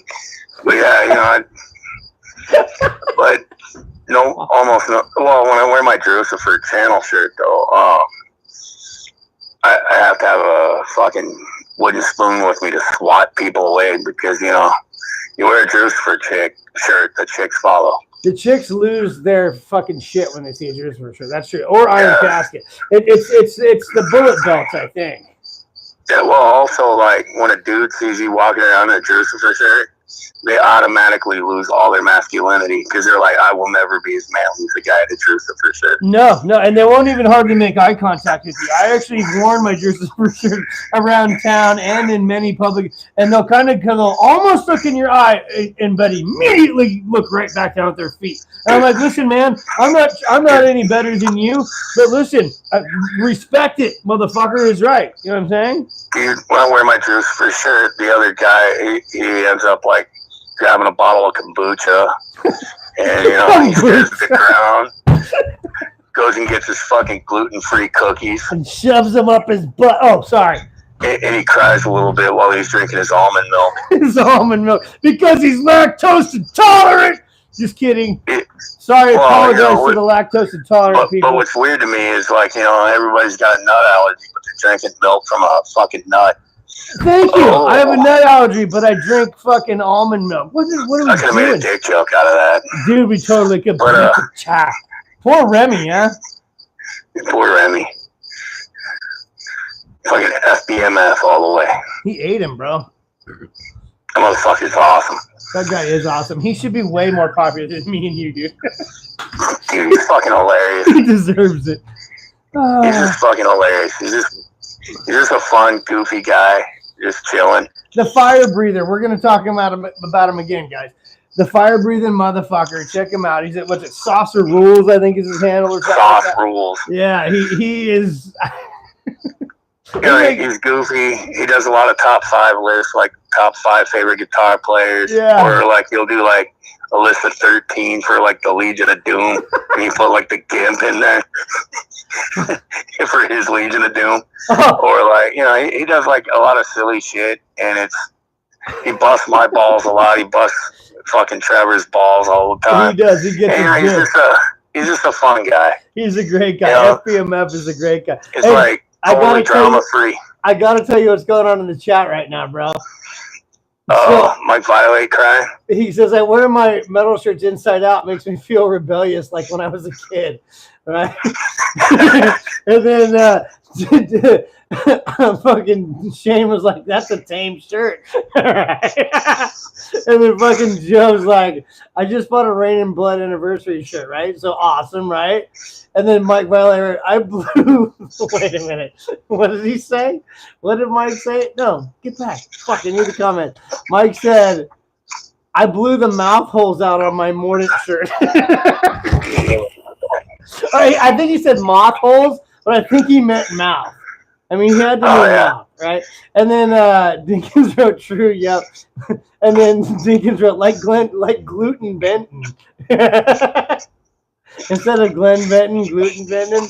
Oh yeah, hey, Sponge Dog does rule, guys. Sponge Dog is fucking awesome. I love that guy. That guy kind of annoys me. What? You don't like Sponge Dog? I mean, some of the videos are funny, but like, I get annoyed by a lot of shit because I'm fucking old and crotchety and crusty. I mean, you're only like 2 years older than me, and I'm crotchety as fuck. But yeah, I'm with you. I know. but then again, you get some silly shit going on. I'm like, fucking silly? Fuck yeah. Fuck silly, motherfucker. I like silly. Silly it up. But, again, I smoke weed, so I love silly. If it wasn't for, Department of Transportation reasons. Oh, yeah, that's right. DOT. Yeah, you could be. Well, listen, we're all close to retirements and whatever that could be, and I'm right here with you and Barry when you need me, and Joe is too. We got you. As a Gen Xer, my retirement plan is when I fall over dead at work. Where my band takes off. Your band's going to take off. I believe fully in Kai Hawaiian death metal. It would be awesome, but I'm not. It's not actually my retirement plan yet. But if it happens, fuck yeah. But if not, I will probably fall dead underneath a fucking skid loader and ask them just to bury me. Yeah, and that's like a triumphant victory for a manly man like you, though. I'm saying that's as honorable as it gets. Unless you die while you're fucking. The excavator and throws me in there, and just nudge my body in the hole. The excavator just nudges you in like a scene out of the movie Cars or something. He's like the excavator with sad eyes, just is like playing some Ka'ai fucking like. Just pull up the fucking rebar cage you made for the fucking footing. I got a few ironworker buddies that can make you a rad rebar cage, bro. Oh yeah. Oh fuck, ironworkers are great. Ironworkers are great. Fuck yeah, ironworkers rule. Fucking one of my favorite ironworker moments that I've experienced is so I'm putting a new grease tube in a fucking DeWalt 20-volt grease gun because I'm a badass like that. He's a badass like that. That's right, he is. I'm putting on the fucking nitrile gloves. Keep the grease off my hands so that way my wife will let me I don't know, something. And then easy fella. Yeah. That way my hands look clean. So I'm putting on the gloves. I'm putting a new tube of grease in the fucking grease gun.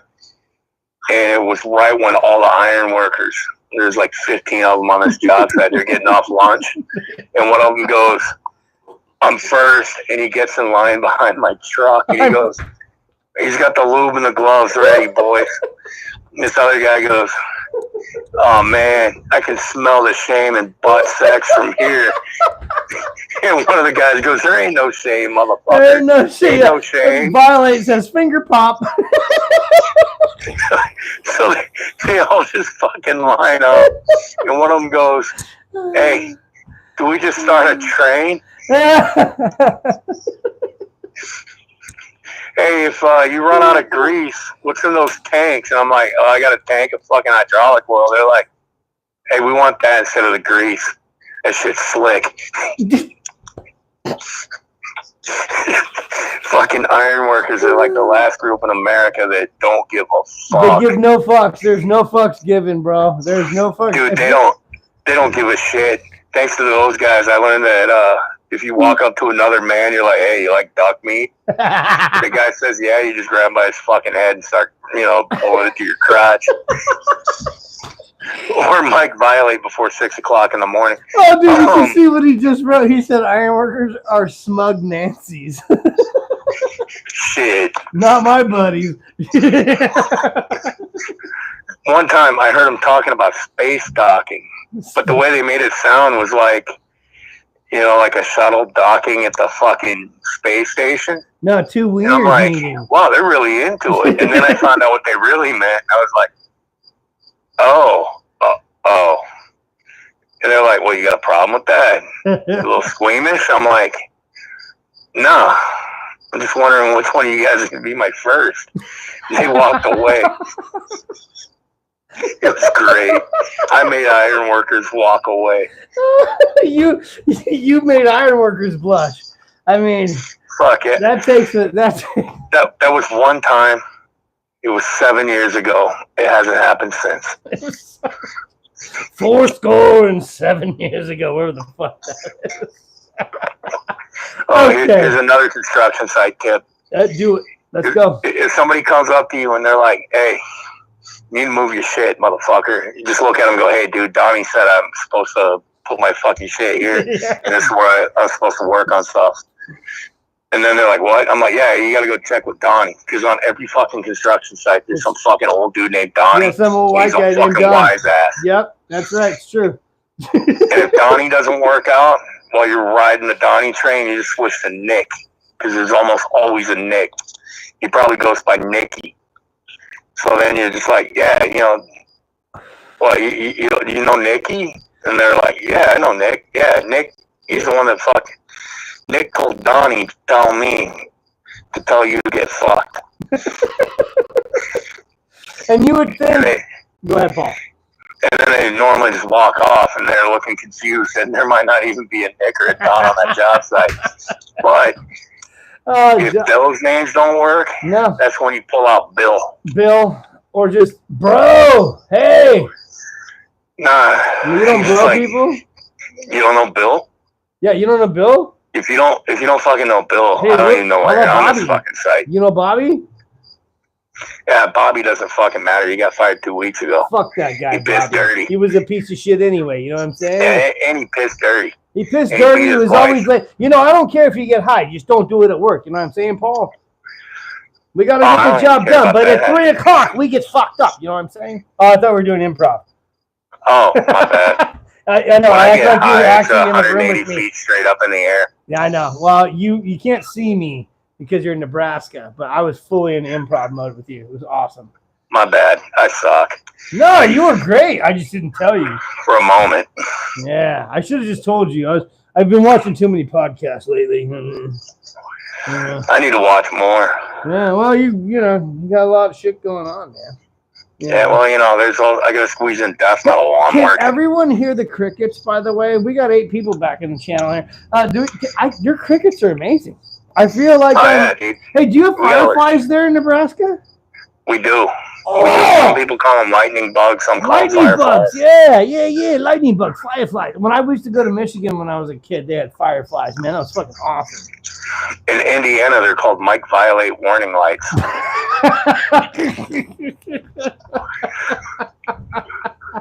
You hear that, Mike? Oh, Greg Wilson's back. He's so cool to be back with the real blokes of metal. We're trying, Greg. I don't know how much longer we're going to go here, Greg, but we're talking about fireflies now. I have no fucking clue what the fuck time it is. I am keeping Paul up way too late. This man has to work tomorrow. It's only 9:45 where I'm at, but where he's at, it's at least a quarter to midnight. So, Paul, if you need to go, brother, I understand. Tomorrow, I think I'm gonna try to fucking finagle a half day. Half day, really early. I mean, it's the day before 4th of July, dude. And by the way, Paul is a veteran. I got a 4-day fucking weekend. I'm not trying to be a dick, whatever. But Paul's a veteran. He should have the fucking week off. What the fuck, right? Yeah, but I'm not one of those. I take pride in the service I did. I take pride in the time I was in the military. That's right. But at the same time, I think being a 48-year-old man, I'm like, thanks for the attention. Let's move on. Let's have a day. I'd rather have the day off. It feels weird sometimes when people come up and they're like, oh, you're in the Army? Yeah, thank you for your service. I'm like, you know what I did in the Army? Yeah. I twirled my thumbs a lot while waiting to go fucking somewhere. But it doesn't matter, Paul. You were there just in case. You know, it doesn't. Everyone has their job to do, bro. I went to Kosovo 1 year. Now, Kosovo's not a fuck around place. I mean, Metal Ben's here. What's up, Ben? It was not my funnest vacation. We'll just say that it was not a fun vacation. No, Kosovo was that was like preliminary to the original. That's like, I mean, I was there in '97. Yeah, Kosovo. Okay, Paul. Yeah. So I understand. Listen, I didn't serve, but I have a lot of you that are my friends have, and I understand that. Go ahead, Paul. But the highlight of my Army career, let's hear has to be in South Carolina. That's right. Hey, at Fort Relaxed Jackson. Hey, real quick. I was a U.S. weapon instructor. Okay. I got paid to teach people how to fire fucking machine guns, man. Paul got paid to teach people how to fire amazing machine guns. And hey, Shane, I told you Shane was in the military. He's in the Marines. He's like, he didn't do shit. And then listen, if you served our country, I appreciate you no matter what you did, people. Just know that. Shane here, he got to get he had to guard some pirates, man. Yeah. I didn't get to deal with pirates. Yeah, Paul didn't even get any pirate action, Shane. So but you know what I did get? I got my fucking jump. Oh, dude! Oh, wait, that's right. Shane was telling me about this when I was done. He was a 0341 Mortarman, but 60 millimeter. Well, you were an artillery guy, weren't you, Paul? I was not an artillery. Oh no, you were chemical infantry. Ranger. Airborne Ranger, different. And Mike Violence says butt pirates. Okay. So I was chemical infantry as well. So I know a little bit too much about chemical weapons, probably. Yeah, probably what like those Russian fucks are using right now, huh? I'm not so much up on the fucking modern shit, but it sounds like there's like some sort of mustard gas situations over there in the Ukraine. Oh, yeah, that's not fun. Mustard gas is a horrible way to go because it's a blister agent, and not only does it cause your skin to get wounds that do not heal, it also causes your lungs to get wounds, and you kind of drown on your own blood. Thank you, Metal Ben. Shout out everyone. Yeah, you drown, you suffocate on your own blood. Your lungs bleed to death, right? I don't mean to be so gruesome, people, but fucking yeah. Yeah, Metal Ben rules. Paul, do you hear that, Metal Ben? Paul says you rule, brother. Thank you for being here, Ben. Man, we're back up again. I told my wife I gotta tell you. Yeah, bro. Metal Ben was my first actual live stream that I guested on. Oh, Ben, you were Paul's first live stream. Right on, dude. Speak some more about that. It was courtesy of Fraser Dawson and Metal Ben, because Fraser was on that night. So I got to chat with both of those guys, and I can't remember the name of the other guys on Ben's live stream, but they're all really great dudes, real friendly guys, real nice guys. Antenna, thank you. Keep going, Paul. Yeah, they are good guys. I like Metal Ben. Metal Ben's Chronicles, guys. Go check him out. He's good. And Fraser does. Ben's also a hell of a guitar player. Yes, Ben can shred. You're right, Paul. Let's not forget that. Ben shreds guitar, all kinds of different shit, man. Yeah, I mean, check his shit out. He's got playlists that have like, fucking full songs and shit. Yeah. And I mean, Ben's a hell of a fucking musician. Yes, he is. I fully agree with that. Yeah, so I mean, fucking Ben needs that shout out, in my opinion. I agree with Brother Paul. Shout out Metal Ben's Chronicles. Go check him out, guys. The guy rules. He also, like Drucifer does, and like Francisco with the Joaba, and then El Necron. Those guys all, in my opinion, have like the best live streams when they're playing music. Yes, they do.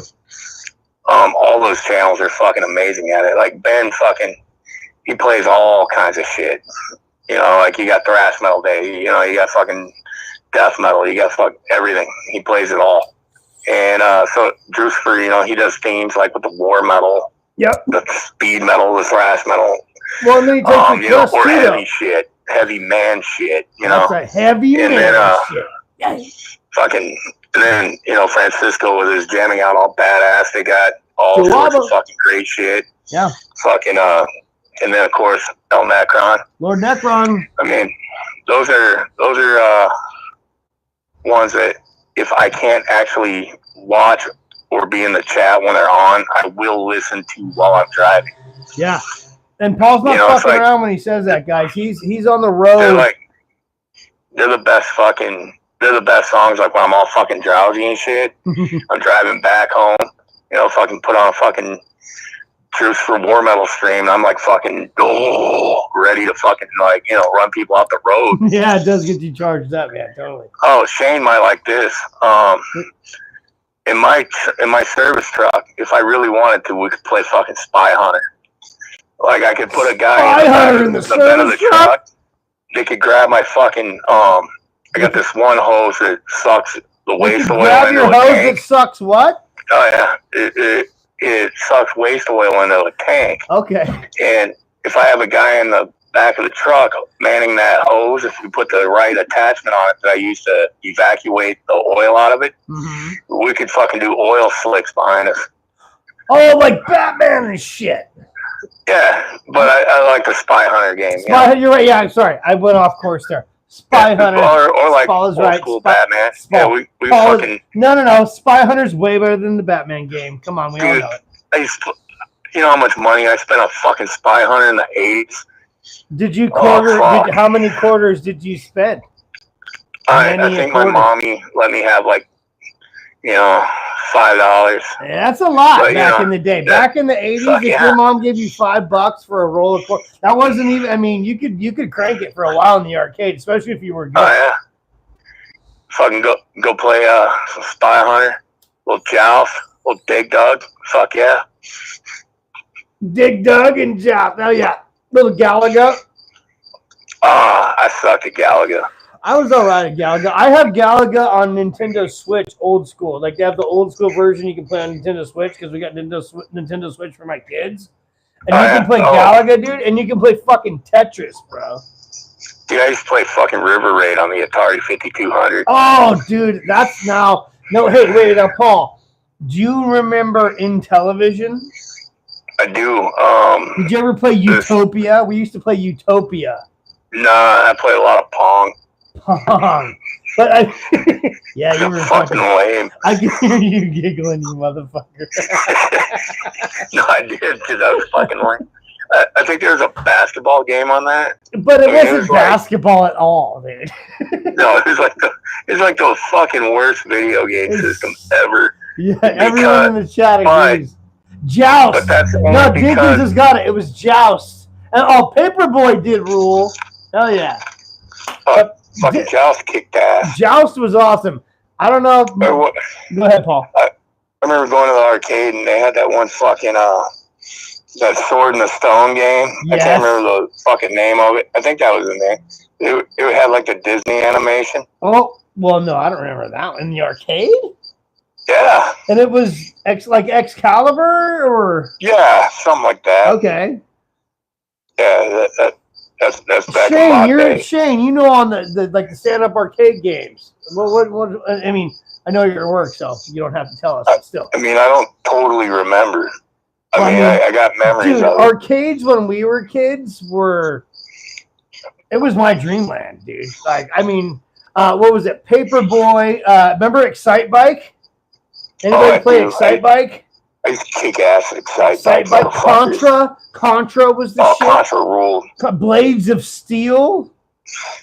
Fuck yeah. Blades of Steel was the hockey one. I remember those one fighting games that were like, they weren't all that popular, that nobody was ever playing, where you could have like teams and it was like fucking third-rate Street Fighter characters. Yes, it was like Neo Geo or something like that, right? Or, yes, yeah, some shit like that. Street Fighter, Greg Wilson, Street Fighter, yeah, Neo Geo. And wait, hold on here, Paul. Oh fuck, somebody said Shane used to have 30 cabinets. It means he had 30 stand-up arcade games, bro. Right. Fuck yeah. Street Fighter 2 was awesome. How about Off-Road? That was new. Anybody play Off-Road? I don't know if I played that one. I remember they used to have that one WWE, like Royal Rumble or whatever. Royal Rumble was WWF. Yeah. Yeah, I used to always pick the fucking Road Warriors. Road Warriors were the shit, bro. Fuck yeah. Fuck yeah, they were. Oh, wait, Shane has that. Oh, wait, he has... Wait, Mortal Kombat! What the fuck? Yeah. I remember playing the original Mortal Kombat in the arcade. Walk up, put your fucking quarter up on the fucking screen. By the screen, for like I got next. Then some motherfucker would, already know the fatality, and I've never played it before. Oh yeah, that's right, fatality. Or was it finishing? What was the one where wasn't it Mortal Kombat when you grab the dude's spine and you ripped it out of his fucking, right? Well, like, you get to you'd win the round, then you hear the finish him. Finish him. And then, if you did the fatality, it'd be like, fatality. Fatality. Right? Man, I got to get back into that. Flawless victory. Yeah. Flawless victory. Fuck. But yeah, I used to do all that fucking nerd shit. Yeah, I mean, me too. I have kids now, so we have to give them all their games. But, like, I live vicariously through some of their games. You know what I mean? Yeah, like, we don't even have a video game console in the house. That's pretty cool, though. Like, we have 2 Nintendo Switches and a Wii. I mean, they got tablets. We got a laptop, so it's not like they're devoid of computerized entertainment. Hey, Paul, do your kids play Roblox, or have they ever played that? My son did. I don't know about. I don't think my daughter really got into that. Your daughter's probably too old for that. Yeah. But they also did a lot of that Minecraft. Henry's into Minecraft, and so is my daughter. Henry more than my daughter, but yeah. Minecraft's cool though. Like I was talking to Shane about this. Shane, and you can say something in the comments here if you want, brother. When we were down there, like you and I, Paul, especially, we're a lot closer in age. It was all about the best graphics coming out and who had the best, however many bits it had, right?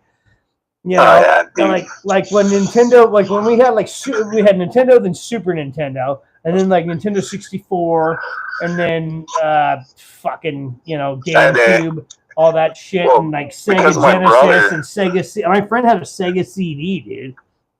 Yeah, like my little brother, he's like 12 years younger than I am, so he's like. He'll be 36 later this year, but when he was a kid, Ninja Turtles ruled. When he was a kid, we had he still got to play the original Nintendo that we had in my house, and then he got to play the Super Nintendo and then the N64, and then because of him, my parents bought like a fucking PlayStation, a PS2. He even had that fucking Dreamcast. Dreamcast, dude, toast. Yeah, he had the fucking Dreamcast. He had it all. And you had nothing. I had fucking Super Nintendo. You had Super Nintendo, so you had the shit though. Were you like a Final Fantasy guy? Like, hold on, who's in here? Remember, Double Dragon, bro. Ben's talking about Double Dragon. Fuck yeah, Double Dragon kicked ass. Double Dragon was the shit, Ben. Was that on Sega Genesis? Sega Genesis. Or was that on Nintendo or both? No, I don't think. Hey, Ben, what was that on? Oh, yeah, see, Ben remembers Off-Road. Off-Road was cool, dude. A friend of mine had the Sega Genesis, and I used to go to his house play Altered Beast. Altered Beast, and then remember what was the That was like around 90.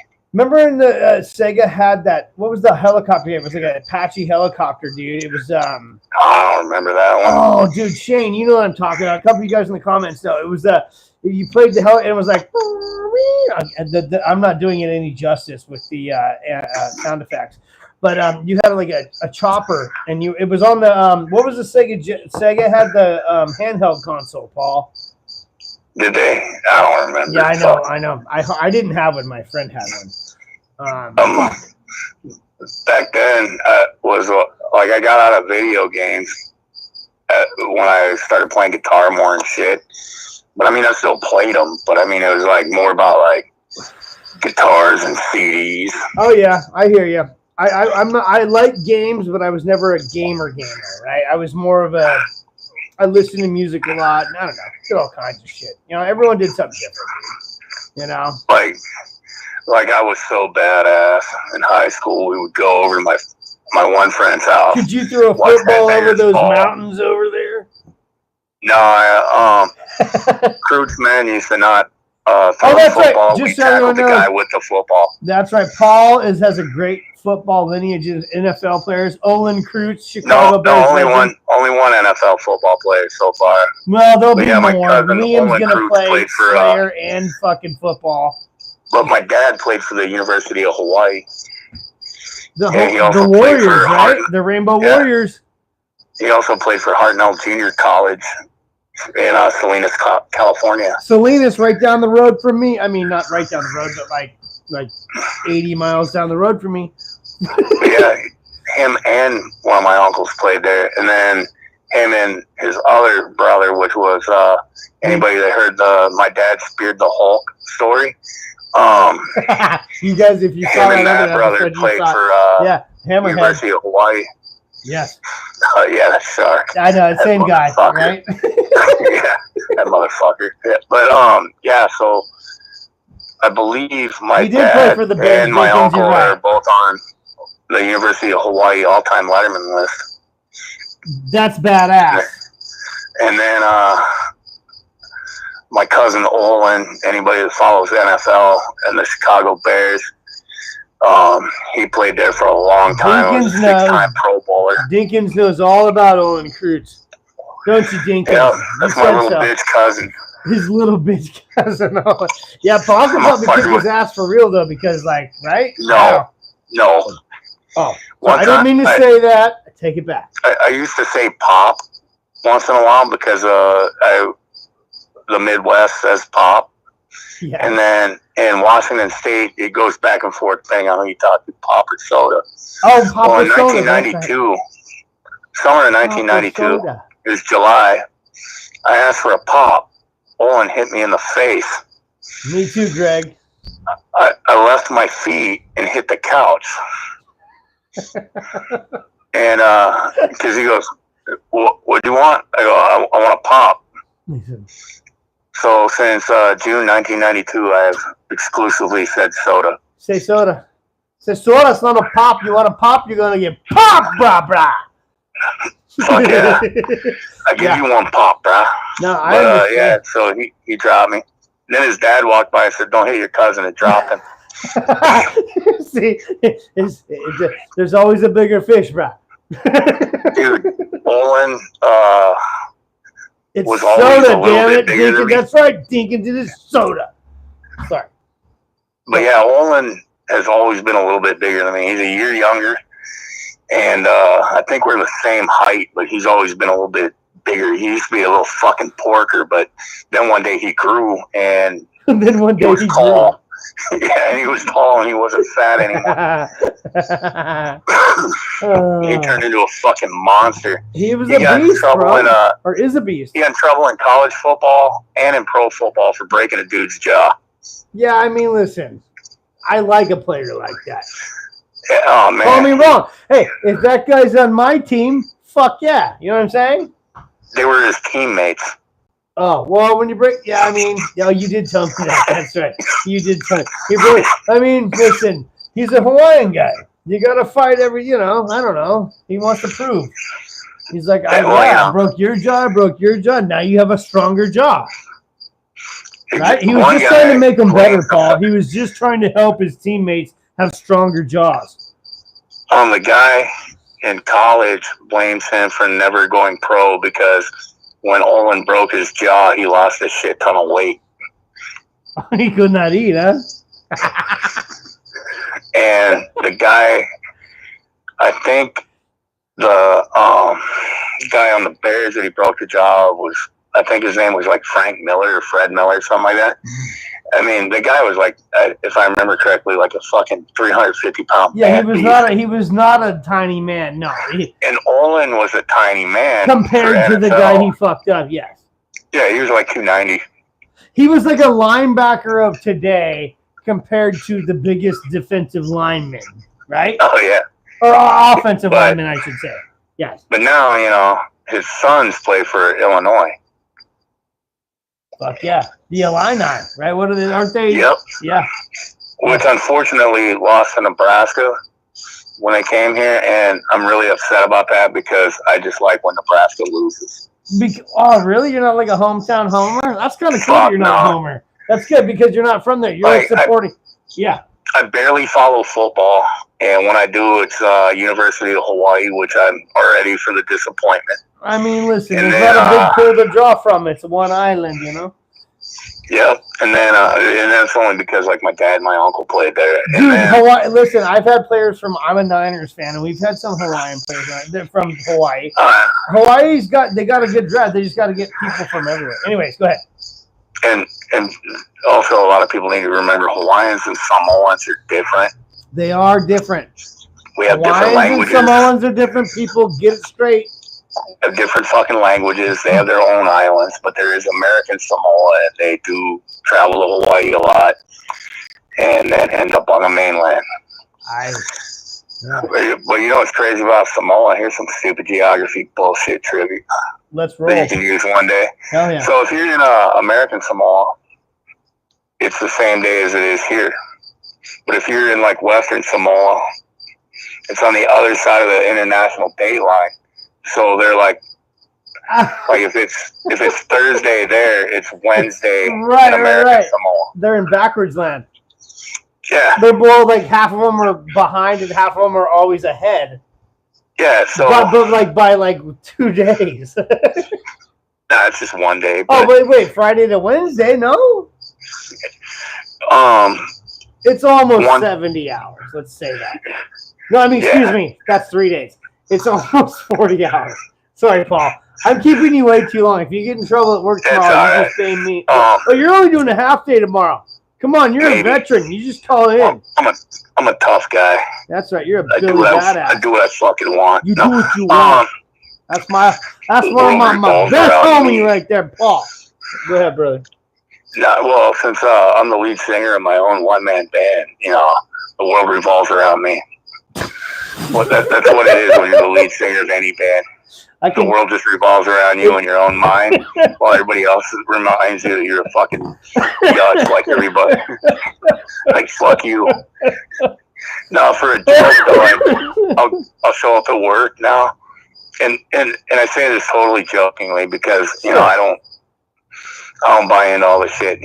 I'm glad that people like my stuff and people have bought my stuff. I'm like really flattered by all that. You should be. And it's great. I like really appreciate everybody that's contributed in some way, even if they just say cool riff. It's all awesome, but it's weird. I don't really know how to handle all that. You've always said that to me, man. But come on. At work, I'll fuck with them. They'll be like, "Hey, so you're here to fix to put the track back on the skid loader?" I'm like, "Hey, you better put some fucking respect on my name because I am international recording artist Paul Cruz. You son of a bitch." That's right. And they'll be like, "What?" He is though. Technically, technically you are. It's like name the country. You can name the countries. Name the countries. Well, Finland seems to like me. Finland. But, for physical sales, a couple in England, and I think 1 or 2 in Canada. Okay. But I mean, it's like it's fun, it's cool. Yeah. But I mean, it's not like I'm not big time, which is fine. I'm happy. No, we're just. But I mean, but like at work, I like talking shit. It's like, there's a guy in fucking Lebanon that listens to me on Spotify. They're like, "What?" I'm like, "Yeah." It's cool though, yeah. What do you do for fun, motherfucker? Right. You sit there eating your popcorn, watching your fucking Cornhuskers lose again? Yeah. Enjoy that ketchup on your hot dog. Yeah, dude. Try to broaden your perspective a little, folks. Nah, but no, I say that shit to be funny. I joke with my wife. To be funny. Do you think it's funny? I don't say it to be serious. I'm flattered that, anybody heard it, and then I'm more flattered that somebody liked it. It's awesome. Paul, we like it because it's good. Well, if you put out shit, I think we would call you out on it.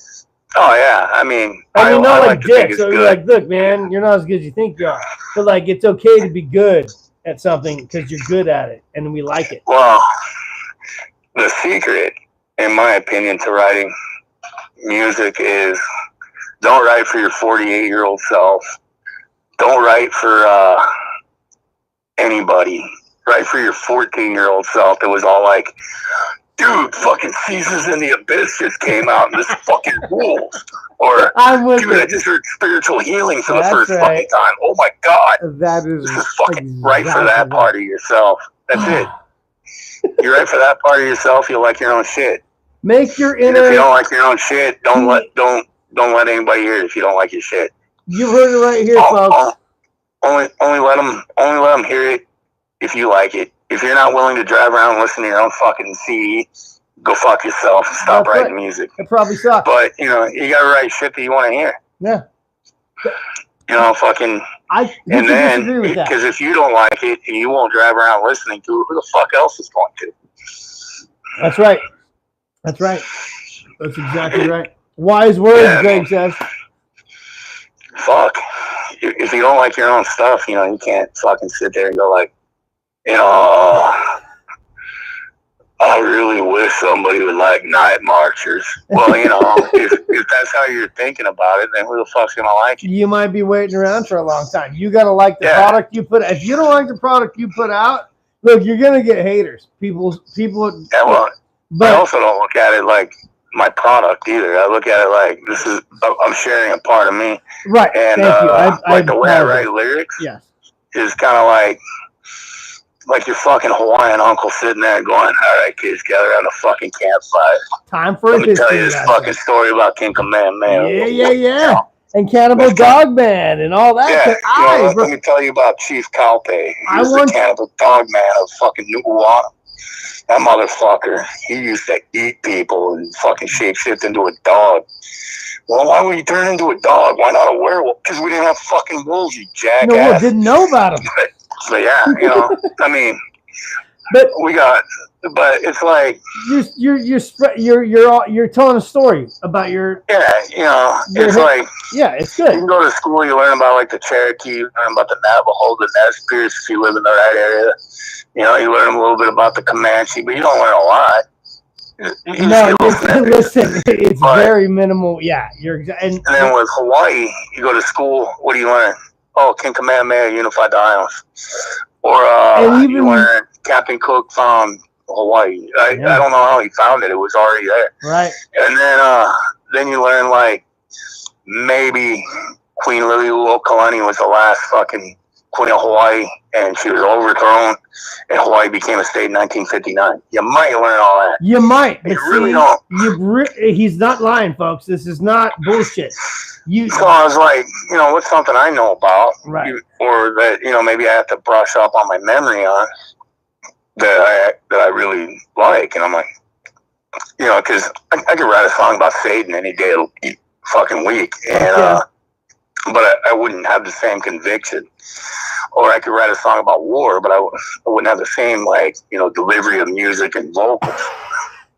So that's all like. Mike said it perfectly. We learned just white enough. Well, you know, I'm also part white. So but you know what I mean. It's like today I'm Italian. You get taught in schools what they, you know. But yeah. You're doing society a favor, Paul. I truly believe that. You know, you learn more in school about the Roman Empire than you do about the culture and history of our country. And all I'm doing is I'm just spreading one little part to whoever wants to hear it. And if they like it, you know, cool. Maybe they'll go fucking read a book about it. Damn right. Or a Wikipedia page. But that's how everybody learns that Wikipedia. Well, it's instant. Well, that's just it. You know, like when we were kids, you had to actually learn the thing you were interested in. You had to go find you had to look it up in your funkin' Wagnalls. Yeah, or Dewey Decimal System and World Book. Yeah, or your encyclopedias. All right, hey, brother, I think we got to wrap this up. It's getting late over here. I know it's late for you. And I could go, Paul, listen, you guys, do you hear this, man? I could talk to him the rest of the night, okay? I really could. Paul, you're a very interesting dude. You're a good friend. I consider you a brother, always. Thank you. Fuck yeah, man. Always, brah. And Dinkins, Violate, Barry, fucking Drew, Revic, Shane, all you dudes, you know. I mean, this has been bouncing up and down all night. This is the longest live stream I've ever done, Paul. And you and I have got to. I really appreciate you being on the phone for this long, dude. This is like, it's an epic interview, and I don't even know if it was an unintentional interview, but man, I hope to be able to do this some more, dude. It was really cool, and it was cool. Dinkins, it was great to have Joe on here earlier. That was awesome, dude. Joey, fucking you rule. I didn't know you until I knew Paul. We need more Dinkins. We need more Dinkins, right? But Again, before we go another 2 hours, and my wife comes up here and says, "What the fuck, asshole?" Oh, wait a minute. Hey, did I just listen? Hey, we're live on YouTube right now, Paul, and you can't see this, but I'm gonna put this on my camera. My wife just texted me and said, "Can I go in there now?" And yeah, so that means it's time to end the stream, guys. Well, yeah. Thank you very much for having me on, and thank you guys for listening. Paul, it's been an absolute pleasure. They're probably rolling their eyes going, that motherfucking dude. Nah, we still got 7-8 people in here. It keeps going up and down, man. So I can't. Like, just go back and play your guitar in your dining room, old man. All right, brother. Yeah. My microphones are starting to die too. They're starting to blink. Right. Hey, brother Paul, you have a great day tomorrow. Honor all our veterans this week, you guys. Everyone have a great week. Brother Paul, I love you, my brother. It was a pleasure to have you on, dude. Yep. All right, man. You guys, you have a good day. And we're going to end this stream right now with Paul on the phone. We're going to end it. Aloha and mahalo, motherfuckers. And we're going to hit the end button. I better end it, dude. My wife's fucking...